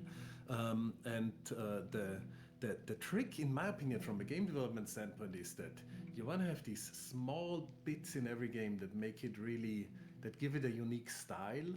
And in this case, I just wrote a handful of shaders specifically for that background to be able to get a gradient that can really make these elements blend together and is programmable, so I can set the colors on the fly. And also the trees themselves, how they blend into the environment, how they always come out of this mist that is also a little custom shader. It's just a handful of lines of code, but that way you can just achieve a result that you don't see in other games. So that's something I always like, especially when it's this kind of tiny little details, because I think it adds up to making a difference aesthetically. Well, I definitely agree. I think it's such a nice looking game already, even though you're saying you don't have an artist and it's in the alpha stages. It already has a very unique look to it. Yeah.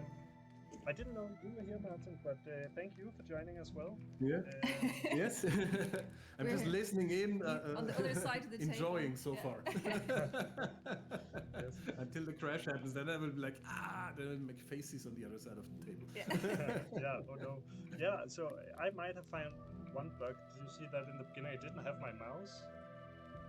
No, I didn't see until I joined in. Yeah, there is a thing sometimes with I don't know your screen setup, but there is if you have multiple screens, that is a real. I don't know how to fix it yet. No, I'm playing on a laptop, and I have my mouse when the game is in a windowed mode. I didn't have it in full screen. I don't know though if that's to do with the streaming part. Yeah. But Yeah. otherwise, it's been running Yeah. flawlessly. Yeah. So I mean, I can just say we're playing some. We're just trying out some games that are like hyped in the moment in our. On the weekend, we just tried some out just to stay connected to what is happening, and one of them just the mouse gets stuck. It's also just a demo, but mouse gets stuck, and then you have to out-tap out of it and out-tap into it, and then it's back. I think it's so difficult. good that we do that every 20, exactly. We just do that. 20 minutes. So I don't plan to keep this bug in, but it's like there are sometimes these especially when they have to do with graphics, like when they're so close to hardware, they're sometimes really hard to fix because it's like one laptop out of one specific setup that makes the mouse vanish. So yeah. Yes. Yeah. I see that there are a few viewers on the stream, so I'll just take this opportunity to let them know that you are the two developers behind the game, and if they have any questions for the game, they should just write that in chat as well, right? So, Absolutely, yeah. Come on in. We're happy to answer any questions. And it seems like you have a pretty active Discord as well, where you are also answering a lot of questions. Yeah, we have a really nice bunch of peeps in the Discord at the moment. Yeah, They're really battling it out on the leaderboard. Battling on the leaderboard, sharing recipes, posting bird pictures. And it's like we're in the happy position where they're already better than us at our game. So yesterday I thought I have a killer score and didn't make it to first place. No, you didn't. No. No, okay. Well, actually, how do you determine that? Let's say I managed to defeat the poacher. Then I'm at the end of the run, right? How do you measure if I'm on the top, or like why won't we all get 3,000 points if we defeat them all? So there's a bunch of different scoring parameters in place, depending on perfecting is one thing. So like defeating tiles, defeating bosses, but then perfecting them as in defeating them without taking any damage yourself. The number of followers you have, the speed in which you do the run. Left at the end. Yeah, the number of followers you've left at the end. There's just a bunch of different parameters that go into determining the final score. And once we have a sheet which describes those all in our Discord, but you'll also see it at the end because it gives you a very detailed score sheet, so you can become a min-maxer also. All right. Yeah, we'll go over there. Yes. Okay, Mar. So it's very nice. I see you've started this level with shields up in your hand. That's very sweet. Because that's such a powerful. That's like one of the most OP tiles, I think. Being able to keep defense. So if I am in some ways able to, well, maybe I could use the magic 9 ball, right? Yeah. Because then I get my shield up for. Oh, I could also do 5, 6, 7 shields up. Then I would keep defense, but I have no defense. Not yet, no. And I wouldn't defeat the bird either. It has a lot of health. Yeah, he's pretty strong. So I might do it like this. Then I can also get a wild tile, and I don't have anything that's too bad to lose right now. Check all opponents. Yeah, going worldwide is very nice, except for the fact that it puts a slot hog in your hand, which is like a tile that just takes up a space. And then unless you have the ability to, destroy tiles, which comes later on, or comes with some different wild tiles or elite rewards, it can be a bit annoying to have that slot hog in the hand. So I would not use going worldwide unless you had a bunch of enemies out. So like to really maximize its use. We talked about how these birds group up. I think it's very nice how you kind of shape them into the V, like actual birds flying in a group, right? Yeah, with the falconer in there as well. This little cloak. So, do each of these have different tiles? So the ones with the crown over them are the bosses. So they have boss tiles. You now know what all the boss tiles look like because you have them all. with the modifier that's on today. The guys with the little chalice over them, those are the elites, and they have different wild tiles as well to the normal birds. Normal birds have quite basic wild tiles, but actually I would love you to use one elite bird, because they have one special power that nothing else has. So I'd love to show you that if you have time in your next set of tiles. Yeah. Should we do that now, or should we play this? I You think could do that now. Yeah. Oh, actually I can't, right? Because my hand is full. You're. Oh no! Wait! Oh no! It's too late. Yes. What happens if I click back? Do I lose my Craven Ravens? You don't lose it, but it's just going to be coming as the next tile when you draw a tile. So, yeah, I would acquire that tile now. But I think if I click this, it's gonna say I don't have. Oh yeah, and then it's gonna come up. Okay, yeah. If your hand is full, the tile will go on top. Okay, sure, that's fine. So the thing I wanted to show you here is every time you have an elite reward, there's always going to be 3 tiles shown, and the one on the right, they always have this special kind of round shape with this beige background. These are like special upgrade buffs. So when you opened the reward screen first, you saw like acquire a tile at the top, and then there was a bunch of question marks below. Yes. This one adds in an additional reward that you can get, and it's basically an X cost. So if you were to play that like with a 5 and a 6, and then this was a 7, then for 7 turns, whenever you ask a bird for a reward, you will also be able to destroy a tile, like a slot hog, or a low-level tile or something like that. So these are really special because there's 5 different types that you can get, and if you start to like really build up the synergies, you can basically get 5 of these going at the same time, and then start using your boss rewards, because the boss rewards, like when you have a boss with Hone, it doesn't just destroy one tile, it destroys the lowest tile of every suit. When you have a boss with heal, it will heal you and add extra health. When you have a boss extra tile, you're getting an extra boss tile, you know?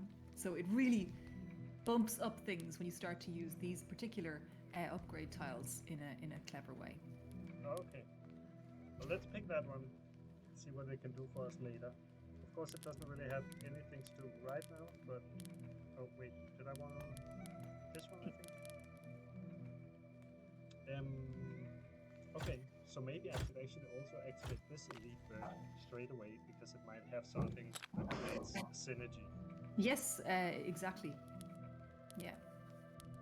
It's not wrong. The thing is, at the end, if you are a min-maxer like I am now, you can even if you're thinking about saving as many followers as possible for the end score, the followers are worth the same amount whether they're a normal bird or an elite bird. So if you're ever thinking, oh, should I get a normal bird or an elite bird, always get the elite bird, because it's gonna be the best for your score. It's the same one, Hone. Well, it's still not bad.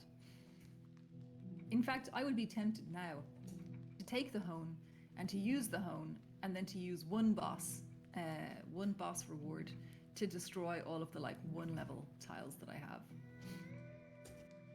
Okay, I'm not sure I followed that tactic, because what does it do? This reward let you destroy tiles for X turns. So if you hover over it for a second, it'll show you that there's a difference between whether you're using a normal bird, which lets you destroy 1 tile.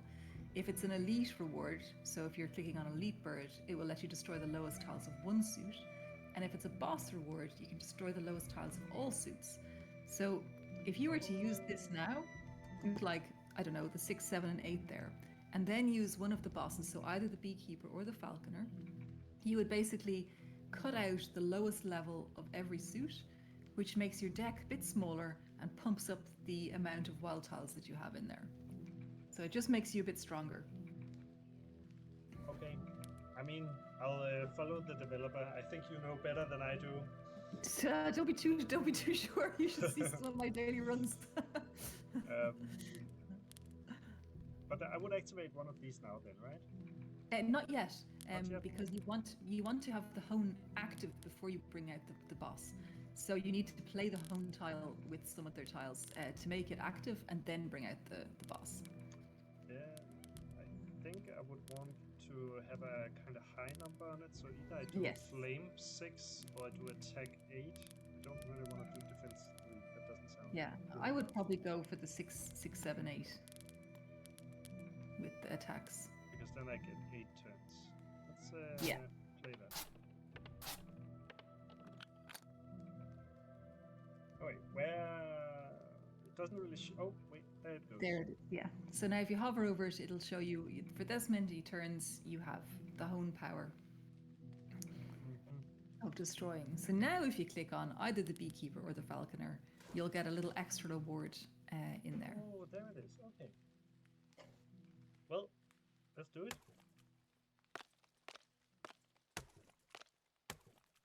It's kind of crunching away. Yes, I love the little snack sound it makes. Yes, that's actually good. Oh, and I even get my reward as well. Yeah, so you get them, you get everything. So the more of these upgrade tiles you get from elites, you can actually fill this whole thing, so that every bird you get is giving you like 5 rewards instead of 1. It's really a different part of playing altogether. Olympic is very sweet. If you start getting real good fire going, and you know how good the shields up is. And Like a Dragon is also pretty nice. I think I'm gonna go for Like a Dragon. I've seen that one work, so let's keep that. Because if I can start getting some fire on the poacher. Heal, let's keep that for a while. Attack all opponents for X times. Okay, so if I do like this, I would attack all opponents 5 times 13. Oh, I should have been using this before Except, don't forget the slot hog. So for this one, you definitely want to use this, but you maybe want to have a few more birds out first, because it's going to be hitting every bird for, what is that, 50 and 15, 65 per bird. That's a lot. So if you could lure out a few more birds with some card draw, like maybe one of your normal followers might have a card draw tile to give, then you would be in a really nice position to play it. Okay, I can see now how the game is kind of opening up different paths, and once you get to know more, you'll kind of know like what kind of tiles you might be able to draw. The reason I wanted to do this was then I can get rid of this one, and I can do the flame 4, 5, 6, and then also double it and have that on the poacher, so the poacher would already be taking damage from now. Yeah, I mean, it's not a bad strategy. I'd say I would want to get more flame on the poacher before using the Like a Dragon, because it's a one-shot tile, so it's not going to come back into your deck. It's you're using it once and it's gone. Okay. Let's see what these destroy 1 tile in hand. I don't need that. Acquire new tile. It's immune to freezing. I haven't seen anyone try to freeze me. Yeah, no one tries to freeze you until until level 4 in the ice level. Okay. So sort of a, what you call it, a heads up. But Cold Snap is very handy, especially when bosses are attacking. Yeah, time to play with this wild time. Go straight to the boss. I mean, I've had situations where that could be kind of nice, but the Cold Snap did kind of save me in the beginning. Okay, yeah. So I'll take Cold Snap, destroy. Do I get anything from destroying? No, right? No, it's just if there's like a low level tile, like, I mean, I would probably destroy that level 2 flame that you have, because it's you're getting so powerful now that 2 isn't doing too much. Oh, it's permanent. Yeah. And because you have Pumper on, you're getting a tile every time you destroy a tile. Oh, so you are actually getting something. Sorry, I forgot about the Pumper on. But this is nice now, because you've got Eyes on the Prize, which is going to draw more tiles, and that might draw out a few more birds. Tile that is destroyed at the end of the turn. It's ephemeral. Turns into a random tile at the end of turn. But I got it already, right? Yeah, that's actually a very badly worded. Let me just take a quick screenshot of that, because that's not telling you really what it is. It's basically whenever a tile is exhausted or discarded or destroyed, it's going to give you a random tile. So like you just destroyed there, that 2 of flame, because this is your modifier that you have on. When you destroyed that 2 of flame, you got given this eyes on the prize. So every time you destroy a tile, you're going to get a tile because of the modifier. So you are getting something, but usually you don't. And I don't know if you're a Dark Souls player, but that's where we got that's the reference for Pump-a-Rum is from the bird in Dark Souls 3. Okay. So I didn't understand what Pump-a-Rum was. Also, I noticed in the beginning it said Pump-a-Run somewhere. Oh, up here. Yeah. Up the modifier is called the Pump-a-Run because it's the run where you get Pump-a-Rum. It's just... Okay, that's okay. Makes sense. I should figure out a way to... I could probably get rid of the bird. Does my flame deal damage before the enemy? No, right? No, the flame deals damage at the end of the turn, so usually its best practice is to play attack tiles before playing fire tiles. Yeah. And I should probably mention at this time as well that you're currently playing the Way of Fire, so you're playing the Fire Sparrow. In our game, we actually have Way of Song, Way of Water, and Way of Ghosts as well. And they all have very different ways. So when you're not at the Way of Fire, you don't really do fire damage, you do different types of damage. Right. And is that just fire for now in this playtest, or does that change every day as well? No, it's just for this playtest we're just doing fire. I think we're going to bring one of the other ones in for the next playtest. I'll just start doing some damage and drawing some cards, and hopefully drawing some more attack, and get rid of the bird. Oh, free the bird! Free the bird! Oh, so many nice wild tiles. For each fire tile. But also, like, they're good, but they're good for later. They're not really good for now, are they? Draw tile for each fire tile. I might do this one. That's exactly what I would have done with this hand. Free the bird. Oh, there's a poly. Got a crack. Of course, got a crack always. Maybe just a bit of defense, then flame, and do I want to be new? Fire, get as much defense as fire and flame. That will get really useful later with the dragon later. And you have what, six more turns with the shields up on at the moment, so you're still able to build a lot of defense to have in store. But yeah, you don't have much fire on yet, so it's not so useful. I think now that they're defense, might as well just get those out of the way.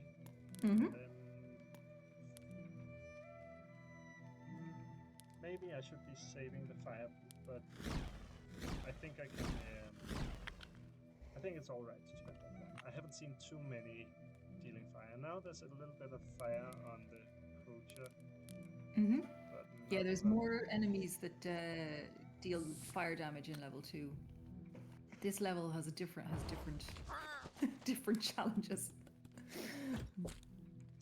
How about the sounds? How did you make the sounds? There was a nice little. The squirr from Polly. That's my favorite bird sound. Yes. The sounds are all real birds. So all of our birds are a real bird type. So like, you know, they're like squirr. Polly is a parrot, and so I've basically been finding the bird sound of the bird they are mostly on Epidemic Sound, because they have we're allowed to use those sound effects so long as we have a subscription. But some of them I've been getting from like a repository of bird sounds called Xenocanto, where bird watchers are basically going out and recording birds and then making the sounds available. So every sound is a real bird that really lived, and that is actually the bird that is there. But I have had one complaint from a tester that the magpie in level 1, one of the birds is called Magpie. He doesn't always come out because you only get him like every third time or so. But Magpie, he's a magpie, and I got a bug report that I was using the European magpie in the picture, but the Australian magpie in the sound, and I need to fix that. So that's the kind of fun bug reports I'm going to be working on. I like that kind of one. Okay, yeah, so someone definitely knows their And I know birds. their stuff, yeah. Yes. Do you think you're going to draw in a lot of players that are just interested in birds for this game? I would hope so. Two of our earliest playtesters were birders, and they really liked it. So I mean, I hope so.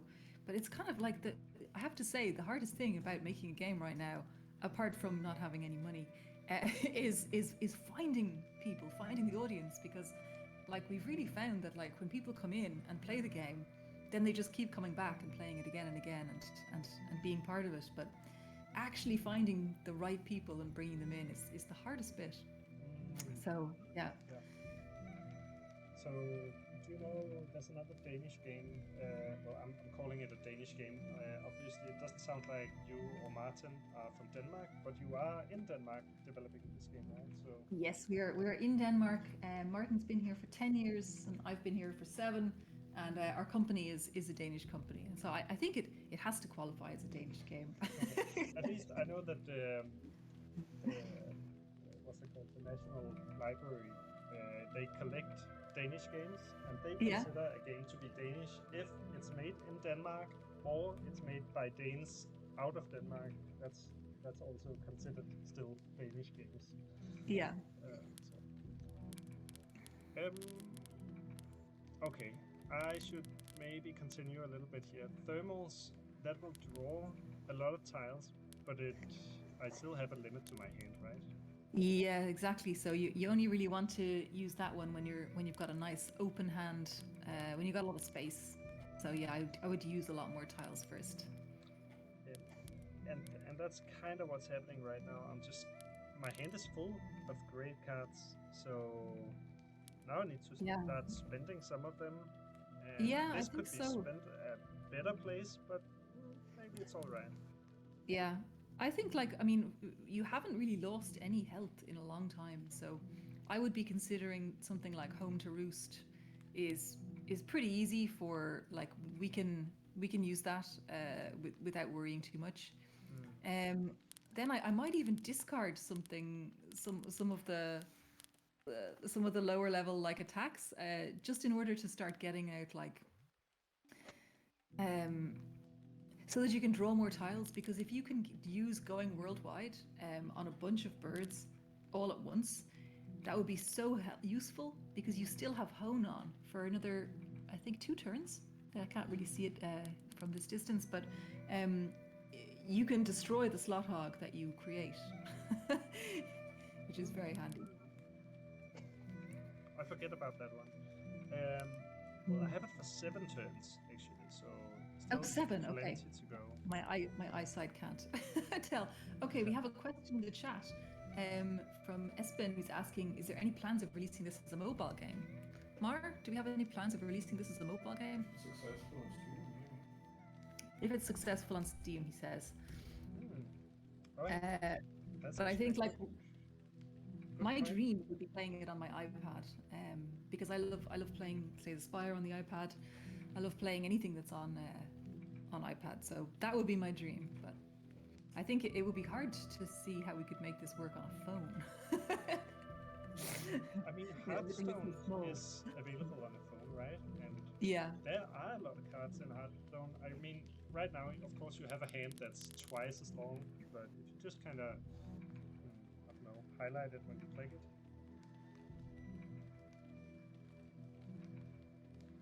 And then show all the cards once you, and then they would take up all the screen space. I don't know. Yeah, it could be. And I mean, I haven't actually played on a Steam Deck myself, but Steam Deck could be nice.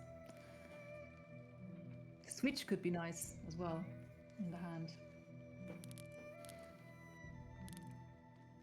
It's also a nice kind of mobile game, actually, when you think about it.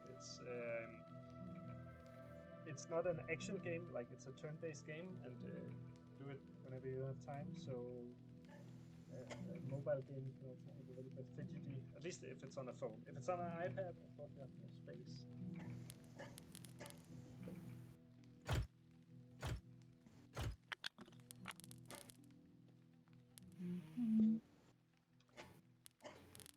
Oh yeah, so there's another message in the chat from EPWNAA talking about the struggle with finding the audience and the GDC talk by the marketing manager for Balatro.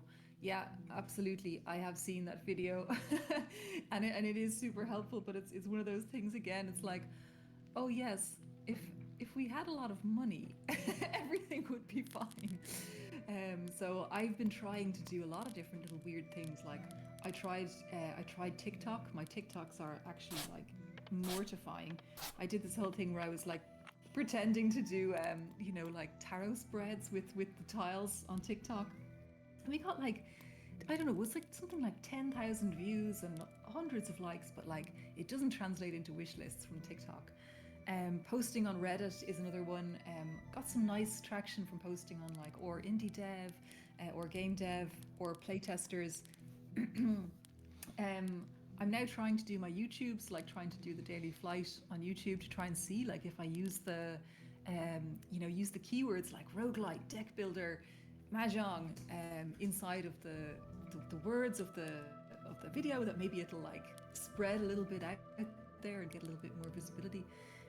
But then I think things like, I don't know, like I'm not on Twitter anymore, but on Blue Sky, it's like, yeah, it's nice to tell my friends that I have a game out there, but it's not like stretching out into the wider world. But yeah, the Balatro people did a phenomenal job with the preparation and the thing, and they must be so annoyed when people say that it's just like came out of nowhere. But yeah, it's a good one. Hello there, 729 cubes. That's also a nice names. So how are you doing? Okay, you've got 2 fire on the poacher, but very nice movement through. Got some good fire here. It still feels early for Like a Dragon, doesn't it? It does. Maybe it's a good thermals moment. Oh, absolutely. Also, I have this slot hog and I have this home destroy. Ah, yes. How do I destroy it? Yes, so if you use one of your normal bird trophies, okay. You can use that to destroy any tile you want, and you can choose the slot hog for that. Dino was Dino has special. a parachute because Dino is an ostrich, so it cannot fly. Dino is actually a cassowary. What's that? So it's a type of Australian bird. When I used to live in Australia like 20 years ago, in the rainforest up in the north of Cairns, and they have these ancient birds called cassowaries. I'll write it in the chat so you can look at it later. And they're the closest thing to dinosaurs that we really still have. They have these like sharp horn on their head that they use to like disembowel people with. They're really wild business. So Dino is a cassowary. And Dino is an elite kind of card as well, so I could activate it. Well, you see, the thing is, if your purpose, you could activate him to get something more special. Yeah. Definitely. So I'm kind of thinking doing one of those and one of the normals to destroy the slot hog, right? Perfect. That's like, you're getting into my reckless vibe now. Okay. Oh, I can also destroy lowest of suit. Maybe I should do that. That won't destroy anything in my hand, I think, because I destroyed all the ones. But then you get if you click on it, it'll let you choose which suit you want to destroy the lowest of. I think I want to keep my flame now. Any kind of flame is good. And then the defense, I can get that maybe from the fire after, like a dragon's maybe. With your Bennu, yeah. I think that's actually pretty good, because if you start to really bump up fire crazy style, then the Bennu will be, with your shields up, will be crazy good.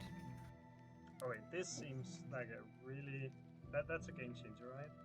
That you heal for X turns. Well, it's heal. You get the rewards will let you heal. So again, it's like it's going to add another thing onto your reward sheet, like you got the destroy with hone. So I could also heal or could multiply, set, or run. I think I kind of like this idea of making subsequent choices better. Let's remove the backbird so we have a nicely evened out flight. Destroy a tile in destroy Okay. the attack. So just one quick note there is next time before you use the reward for the small bird, make sure you always use the upgrade tile first, because that would have also given you the extra reward. But you actually don't need any healing, so it's fine at this point. Ah, yes, okay. I need to activate this card before I have this button available. Yeah, exactly. Yeah. And sorry, I think I'm a few seconds behind. What I can see on the screen is a few seconds behind what's happening. So I'm sorry if I'm a bit slow. Yeah. I don't know that there's a solution to that. I think that's just how it is when you stream. And I think I've also been watching other streamers, and it's always a bit of a mess. They're also always answering the chat a bit delayed. Set everyone on fire. No, that includes me, but I could get immune to fire, so that. Yeah, you have a fireproof in your hand even. Because Slot-Hog and I'm gonna destroy the. Wait. No, I destroyed the flame. The attack. I had the opportunity to destroy this, but I didn't. Okay, Hail Mary. We're not gonna go there. Oh no, Hail Mary is very dangerous. I'm in a fine position to just keep playing it safely. Yeah.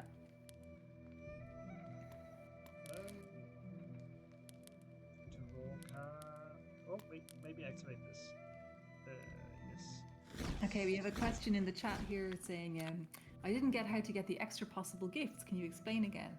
So sure. So there's one special thing that only the elite birds give. So whenever you click on an elite bird reward, and that's the ones that have the little chalice over their heads, they always have as their third tile on the right, a tile that has, like, it's always going to be a circle with a kind of beige color. And those tiles give you, when you use those, they give you a buff. Like you can see, the Game Master here has buffs underneath the Sparrow, which are lasting for certain amounts of turns. We can see there's a few more turns of Hone, which lets you destroy, and Infine Feather, which lets you heal. So when you use those upgrade tiles that you get only from elites, it's only going to be from elites, and it's the third tile that the elites have, then you're able to get extra rewards. So if you start to stack those extra upgrade tiles from the elites and then use with normal birds or with boss birds, then every time you use a bird, instead of getting one reward, you're going to get 2, 3, 4, 5 rewards, depending on how many you've stacked. And that way, you can keep more of your followers on the left-hand side to get more points. So it's a little bit of a fancy footwork, and it's a little bit of a advanced play. But this is the kind of thing that our friends who are topping the leaderboard every day are doing all the time. I hope that makes sense. If it doesn't, let me know what part I can explain more. Yeah. I think that's also, there are a lot of stuff actually going on in the game, and you'll get that under your skin if you actually play it yourself, right? It's one that you kind of get the feel for the game once you make these different choices. Oh, this is such a nice looking hand you have here. The only problem with it is that you only have 2 tiles that you can play with. The defense or the flyer. I love that you're saying it's such a nice hand, while I'm just sitting here and I'm getting a little bit overwhelmed. Oh yeah, yeah. There's a lot of stuff there. So yeah. Okay, I'll tell you what I would do. At this point, you don't have enough fire on the table to make it really worthwhile to use your Bennu yet. So I would play the 3 of Flame, the Fireproof, and the Thermals. If I was going to go for it, because then with the Thermals you'll draw the whole hand up again. So I would, yeah, that's what I would do. is it worth it to activate one of these and this time remember to destroy this slot Yeah. hog? Probably, yeah. Unless you're planning on working with slot hogs by like using the Barnstormer to upgrade your strength by the number of slot hogs you have in deck. Probably. Yeah, so I saw that I actually got that opportunity to draw that card that is then, yeah, it starts to create like a combo and synergy with these ones. So you can kind of turn what you have that is poor into something good. Yeah. Yeah, that's exactly like you, and the pumper run is really helping you out there because like the slot hog isn't just going to disappear, it's going to turn into something else, which is pretty cool. Oh, that's okay, yeah. So, will you in the game have an opportunity to play the game without these effects? Because now Oh, that it's my absolutely. first game, maybe they're getting kind of, I'm getting the rules confused, right? Because I'm kind of thinking some of these are normal rules for the game. No, that's the thing. It's the modifiers are only part of the daily flight. So we have a progression system. So the tutorial that you played is essentially like the feeling of playing level 1 of the first progression system. So usually the modifiers are not there, and usually you don't have a bunch of wild tiles to start with. So the folks who have been playing the playtest so far, they're kind of used to the progression system, and now the daily flight is a new thing for them. But if you're coming in straight with the daily flight as the first thing you're trying, then yeah, there's a lot of stuff happening. As I can see, you've got just so many choices in your hand. Without ramping up slowly to that, it is really hard to get a grip on it all. So yes, in the main game, there's progression system and daily flight, and they're kind of separate things. All right. I think that would be nice. That's gonna be nice for this player. But I also really like the idea of this daily run, though. I really like that idea. Yeah, it's kind of like that's our real love of Slay the Spire comes from the daily run, which we do a lot. So, Yeah. as I mentioned earlier, I'm not much of a deck builder. I don't know if I tried Slay the Spire, if I only saw a video of it and then kind of decided that's not for me. I also tried Spell Rogue, which is another Danish game that is a deck builder kind of game. Yeah. And I think I only played it for 20 minutes or so.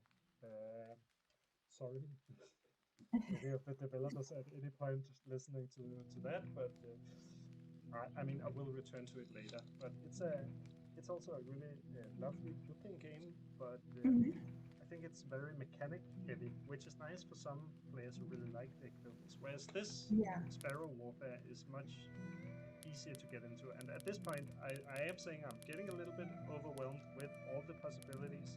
Maybe also because I'm talking at the same time, right? Yeah, that's also hard. Yeah. Yeah. Yeah. But I think you're doing really well. Like, I think you're going to have this guy. I don't think he can pose much of a challenge to you with all of your buffs and extra defense and everything. I'm feeling very confident about your flight. All right. There's still a lot of birds left that can mess it up, maybe.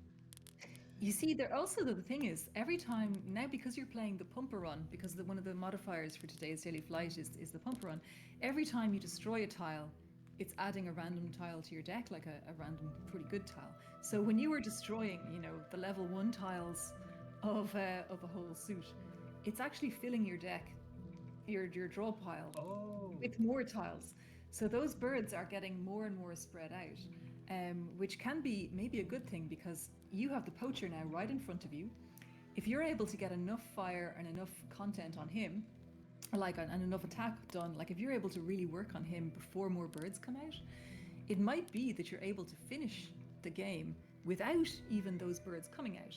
Then you will get those 6 followers anyway without having to defeat them. And you get extra points for what we call hidden glory, which is defeating the boss while there's still birds in the deck. So I like the sound of that. It sounds like my first run could be really good. I think so. Cubes is writing again. The number up in the right corner is, in my understanding, the additional number of hand tiles plus drawn pile plus discard pile. Is that this one? Up here, your deck. If I click So on let's see, we've got 49 here and 24. So that's going to be 69, 73, 74. Oh, sorry. I'm just having a look at 71, 2, 3, 4, 5, 6, 7, 8. Did I mess up your counting by scrolling? No, but it is true that the number in deck up in the upper right is not fully matching the amount of tiles that we have in total. I'm not sure why that is. It could be that it updates at the end. The slot hog? There's only one slot hog. We have. Yeah, but he's not in the deck, for example. Yeah, but are there other reasons why that could be the case? Because we're about 7 off in the upper right. Usually it's status tiles. Yeah. And enemy tiles, of course. Ah, okay, of course. Yeah. That makes sense because that's exactly, yeah. So, yeah, good point that you're bringing it up, 729 cubes. It's, of course, that there are still so many birds in the deck, and those aren't your deck. They're in the draw pile, but your deck does not include birds. Okay, so 729 is definitely someone who's played the game before. Yes, they have. They're in our Discord. Just before, you made a really nice plan. You said something about using flame and thermals. Yes. To add flame. Yeah, I would probably go for fireproof as well. But before I did that, because you have so many followers here, like some of your tiles aren't very exciting at this moment in time. Like for example, I would probably before doing this, I would discard that 5 attack, that 3 defense. That's it. Yeah, I would just discard those 2 to make more space in the hand for more flame to come in and more wild tiles to come in. Yeah. Yes. So then, not the thermals, but I need something else to add to this. And you're saying fireproof, but Yeah. I would be immune, and that could protect me from what? Set everyone on fire for X. So I could combine that maybe with some of the new cards I get. Yeah, I would. There's I also would 7 still hold. turns. I would still hold the forest fire until there's more birds, because right now you only have the poacher, and setting him on fire for X is not super exciting just yet. Like I think, but I could be wrong. I would wait to see what came with the thermals. Yeah, and the fireproof is gonna last 7 turns anyway, so that's Yeah, it's gonna be awesome. plenty chance to use it. Yeah. Okay. Nice. Okay, he's got 41 fire now, and you've got more potential to get more fire on him. Did I get fireproof? There is.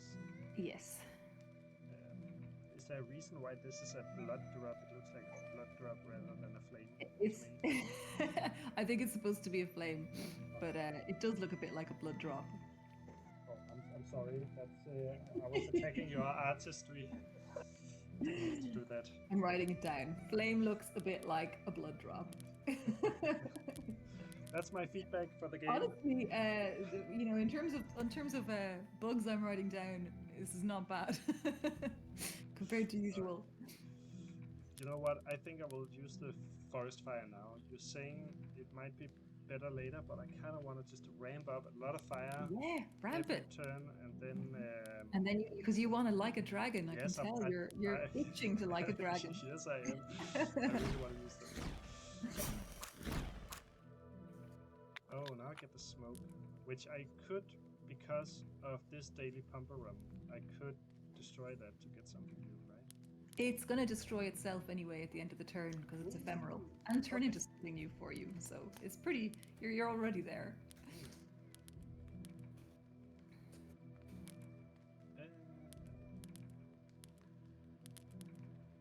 I mean, it doesn't make much sense to play this right now because the coach is not really doing anything. But I might do it anyway and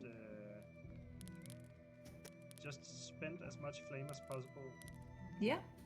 It's not wrong. I'll spend the 2-1, right? Because I can actually do that. Then I will spend the lowest one. Wait, I don't know why I did that. I was thinking then I don't have it in my hand, but then also I'm not really using it on the picture. So Grandmaster 729 Cubes is asking what your Sparrow name is. I think it's Zealous Chirper. Right? Well, it says on the screen that Sellers Chirper, that's me. That's not Yeah. a name that I put there. I No. thought that was just. They're generated by different adjectives and nouns. But on the settings Oh. page, when you're on the main menu, if you click on the name there, it's going to be down in the bottom left, and you can change your name to be your own name if you want. So Okay. you can have it be called whatever you like. I know which one I'm gonna be. What? I'm gonna be Brown Brian Sparrow. Sparrow. Okay. Perfect. Yes. I can't do it now, right? I'll do it after the run. No, yeah, you can do it after the run. I'll show you when we've gotten through to the final.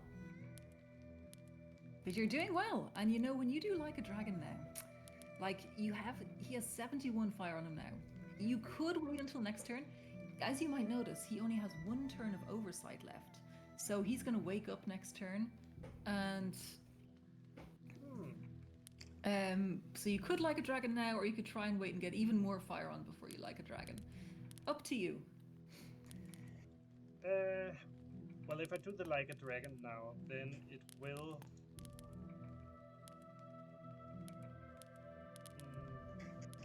So this the poacher also, by the way, is another one of the bosses that I made by taking a photo a guy had on I think it's on Pexels, a selfie he took of himself, but is out for like it's in the public domain, it's Creative Commons, and then I did the watercoloring over that and then added in the horns. So I really hope someday he sees himself in the game, because you'll see when he wakes up, it's actually a pretty cool picture.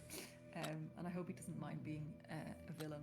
Well, if he put himself up there, then he probably thought he was right? only going to be used for fashion shoots and phone ads and things like that. Oh, but this is looking pretty good. Discard a lot of stuff from my hand. How dare he? Yeah, that's what he does. I can get rid of this one, right? I can do what's something to destroy for X turns. I already have that. But you absolutely have him next turn, because you've got 156 fire on him. So I think if you get a tiny bit more damage on him this turn or next turn, you've really got him. Yeah, and I can draw more tiles. I do that while I defend. So then maybe I can get some more flame. And now I shouldn't be activating any of these, right? Because that will actually subtract from my score. Yes, it will subtract from your score, exactly, by 25 points per bird. Oh, I ended up using all my wild tiles now. I was so used to having so many of them. So, yeah, I would, at this point, I would just, you still have a few turns of the shields up. So I would probably just play a bit of defense to keep it in there. And then just end the turn. Because Mother Claws, she is gonna hatch. That's what she does. She's gonna hatch another enemy. But you are gonna have the poacher in the next turn, so I would be not so worried. I would just play defense, play all your defense, and end the turn. Yeah, just to make space for something more dangerous. Exactly, maybe an arson or something like that. Oh wait, he's gonna discard my tiles, right? So if I had kept the defense, he would. Yeah. Be more likely to take these. Yeah, he's going to take all of this now. You won't have any of this left. So I like when he's out, you basically just want to play all your good stuff and get rolling. Okay, yeah, might as well get rid of them because if he just takes some of them away, that's also How much defense do you have right now? Is that 224? 239. Yeah. Okay, we've got a question in the chat. You will get lots of points because of your following birds, correct? Yes, every bird that is following you at the end of the game is worth 25 points. So the more birds you have following, the better. We'll have a look, we can analyze the score chart when Brown Sparrow wins, which is about 13 points of damage away from this moment. Pretty sweet. And I think, like, my flame right now is not gonna be enough, but I'm only missing like 13. So setting everyone on fire. No, only for 7. So it won't. Perhaps. Okay, I have an idea, if you would like. You have a deafening screech down there, which will attack all opponents with each attack tile. Now you don't have many attack tiles right now, but if you were to play the 3 and the Deafening Screech and the On Fire, then you would at least be taking 9 damage off each of those opposing tiles, which might mean that when you play all the fire, it goes through more to the poacher. I haven't done the maths, but this is the kind of reckless move that I would make. Since at this point it doesn't matter if you get a slot hog in the hand. At this point you just want to perfect everybody and get out alive with all your points and followers. Yeah, I cannot. I probably won't be able to get past all of these, but yeah, but you're super defended, like you know, so they can't get through to you either, so you're doing fine. It's gonna be done anyway. Yeah. Alright, let's play it. See what happens.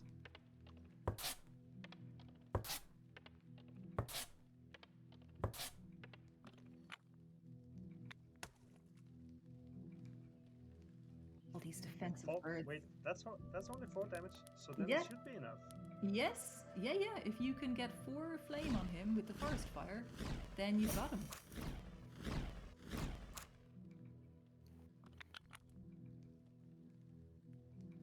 Okay, if I end my turn now, they will attack me, right? And then he will die from the flame in the end. Does this Macabra lure the next opposing tile out to face Yes, you? he That will will pull also out another enemy, but that's okay. That's you're gonna be safe from that. Don't worry about that. Okay.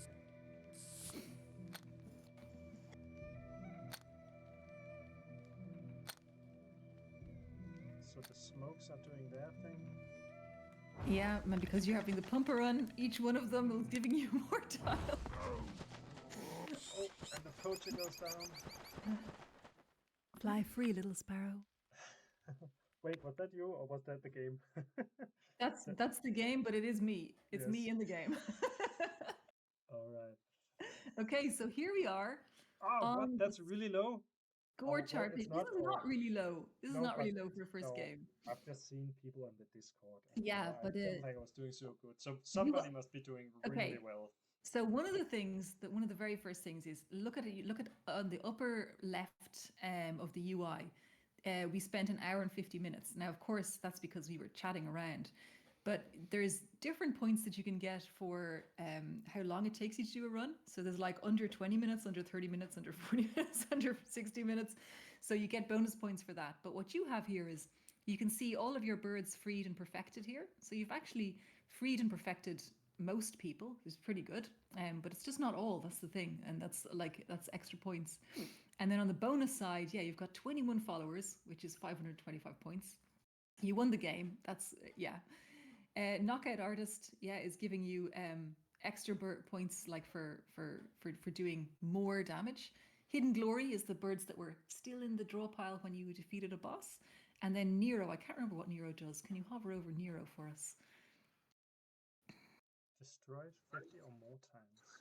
Oh yes, because you were doing so much destroying with all of those low-level suit tiles and stuff. Oh, yeah. So yeah. So I can show you in our Discord. We have like the full list of exactly what points you get for exactly which things, if you want to do more min-maxing in the future. But I think if you played another run again, I think you would already do more, because you would probably perfect that extra boss, and also be able to play considerably faster. So I think don't be hard on yourself. This is actually a really good score. Let's see what you got. Yeah. If you click continue. Let's continue and see do we see the leaderboard then? Yes, it'll bring us back to the main menu, and then from there we can click into Daily Flight and see the leaderboard. Add to your wish list, then I guess I would go out. So let's wait with that. I also already did that, so don't worry. Oh, thank 6 different biomes. Daily flights with leaderboards continue. Daily rank number 3. Number 3. Okay, so let's see, how does it look? I don't know how many people have played today because it's very early in the day so far. Is this where I can change my name? Yes, down if you see where it says Zealous Chirper down on the left, you can click there and just change your name. I feel like there's twice the music running right now. I can't actually hear any music because I'm only hearing you, so that might be some kind of bug. But can we have a look at the Daily Flight and just see what other kind of spaces there are? I'm just gonna disable the music really quickly. Sure. Oh, there we go. Now there's only one. Okay, so we have Toonster way up at the top. Yeah. Almost double. Usually And the top. 729, there you are. So get your 5 seconds of fame. And yeah, it's using here on the leaderboard. It uses your Steam username, not your bird name. Yes. So there you are, third place. I am. That's my real name. My name is Bruno. My nickname is Brown. And there are actually some people in real life who call me Brown. So Brown or Rune, both are good. I think this is pretty good going, Rune, and I think if you check back at the score chart later on today, like I don't know, 8 or 9 tonight, I think you're still going to be up in the top 5. So you might go down one place because I'm going to play in a while to do my daily flight on YouTube, but I don't think you'll go down too far. All right. Are you going to do your daily flight live? Can people tune in while you're doing it? I don't do it live because for me it's very difficult to do the streaming with all of the different pieces. I do like stream sometimes, but it's like a real pain. So I just do my recorded flights and put them on YouTube at the moment.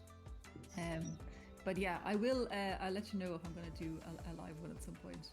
I need to get a better setup. I need to understand streaming to do that properly. I mean, I'm curious to see. So I'm also recording this thing, so it will be available after. Oh, nice! You're going to do it on YouTube as well. It should be, but we'll see if it succeeds, right? This is a new streaming account, and so this is the first stream. So actually, also thank you so much for joining. Congratulations! The first stream for this. I would want to do this account that streams a different game every week. A different Danish game as well. Yes. Next week I'm gonna do Cyber Rats, which came out like a couple of weeks ago. Do you know that one? I've heard of it, but I haven't played it myself, so I think I'll just tune into your stream next week and see how it is. I mean, that would be cool. You're very welcome to. Yeah. It's a very different game, but it's so nice. I played the demo.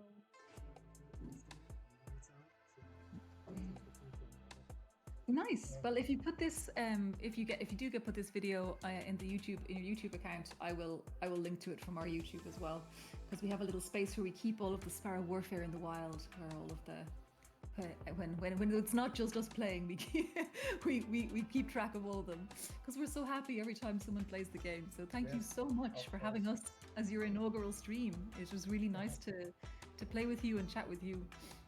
Yeah, it was really nice actually. I really enjoyed it. I don't know what's next from here. Is it then you do another run, perhaps? Yeah, I mean usually you wait for seeing how well you do for the day. Yeah, you can play again if you do better. Your score will update, so it will let you bump up higher in the daily run. But yeah, usually like in our last playtest, we were using the progression mode so people could just play like the normal game. But now we're just trying the playtest out, so it's all playtest at the all daily flight at the moment. But our next playtest, which I think we're going to have before the end of the year, we'll have a little bit more progression mode again.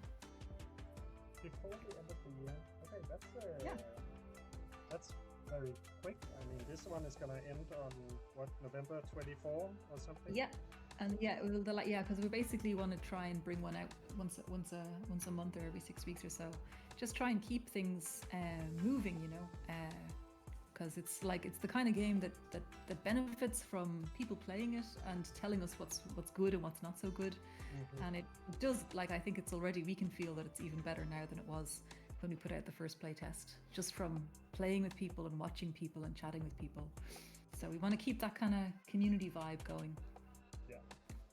Is there anything you want to say about what's coming next? I mean, we have touched a little bit upon it, but I think just first, the main thing I want to say is just thank you so much for taking us as your inaugural stream. I was so excited to get up today and start the day playing our game with someone. This is really really special, and it really means a lot. So thank you so much for that.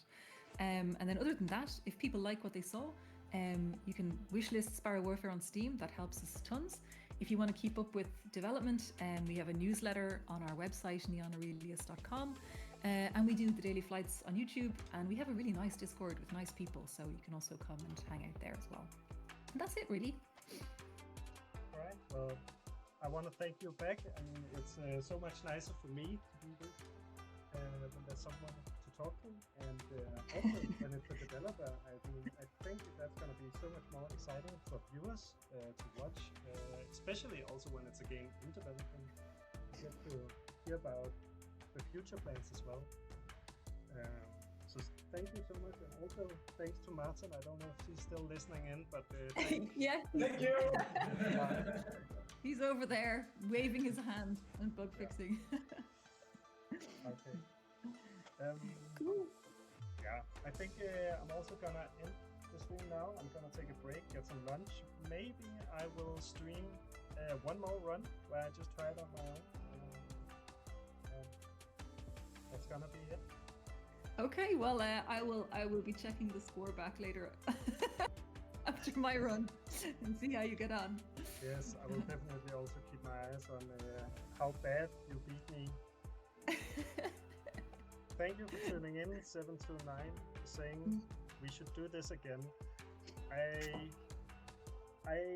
don't know if I will be streaming Sparrow Warfare again. Probably not on this account anyways, because this account I'm kind of hoping to do different games every week. But I do have another account which is not kind of a regular thing, where I just stream sometimes when I want to, and I could see myself returning to Sparrow Warfare. So what you can also do is on Twitch, you can also just follow Sparrow Warfare as the category. So if you go on Twitch and you search for Sparrow Warfare, you can click follow, and then whenever any streamer is streaming Sparrow Warfare, that's handy to know. I should do that. Oh, I thought you did actually, but I'm following you, but I've never. I'm not a Twitch. I'm not a Twitch knower, so I'm gonna go in now and do that exact thing. How can I do that? Sparrow Warfare. Okay, there you are. Yeah. So there's at least someone else is also following Sparrow Warfare on Twitch. So. Awesome. Okay, cool. Well, thank you so much, Runa, and have a good rest of the day out there. Yeah, you too. Yeah, bye. Bye.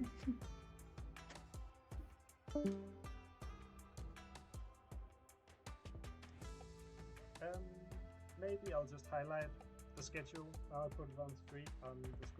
Maybe I'll just walk through it. Say that I intend to have these streams every Monday. I'll start at 9 in the morning, which is not the best time for a local, but the stream is global anyways, and that's what suits my kind of day. I'm hoping to get developers on these streams quite a lot, like once a week. I'll see if that's possible. I'll reach out to them, and if they want to join, that would be great. And I'm gonna prioritize games where I can get a developer. So if you're into that, follow along. I'm gonna do it Mondays, and next Monday it's gonna be Cyber Rats, but I'm actually also gonna stream on Friday because there's a new expansion for Trailmakers. I used to work on Trailmakers, so I'm really excited to play this expansion. I saw the beginnings of the expansion as I was still working there, and I know what the expansion is about. I know some of the things that are coming out, but I'm really looking forward to just seeing how they change the game. I don't know if I can get any of the members from Flashbulb Games to join the stream. That would be really nice, but it's their working hours as well. So, and then December 1st, I'll be playing Winter Burrow. It's a game that came out 3 days ago or so. Really nice, cozy, chill game, perfect for the Christmas holidays.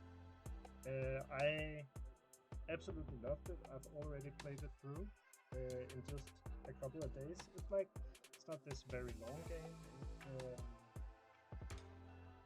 it's one that you can play through and actually reach the end. And that's also nice sometimes to actually have a game that can be complete.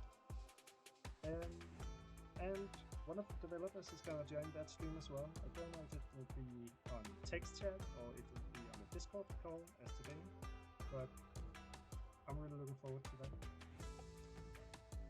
And with that, I am gonna end this. Oh no, there's one more thing I want to do. So something called raiding on Twitch. And if you're not a Twitch viewer, a raid is that you can send your viewers from one stream to another. So I'm gonna now try and activate a raid, and we're gonna raid another Danish channel. So I'm just gonna find someone who is online.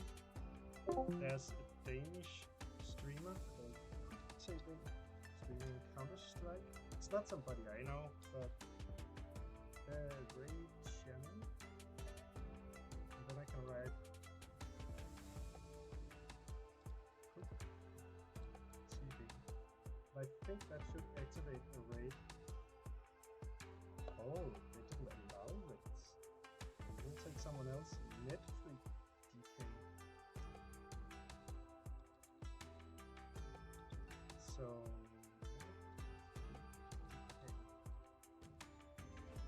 oh, not allowed. Okay. Well, then I'll just end it here, and maybe we'll do a raid another time. I thought everyone had raided, but thank you for tuning in. Maybe I'll do a stream after lunch where I walk through another daily run.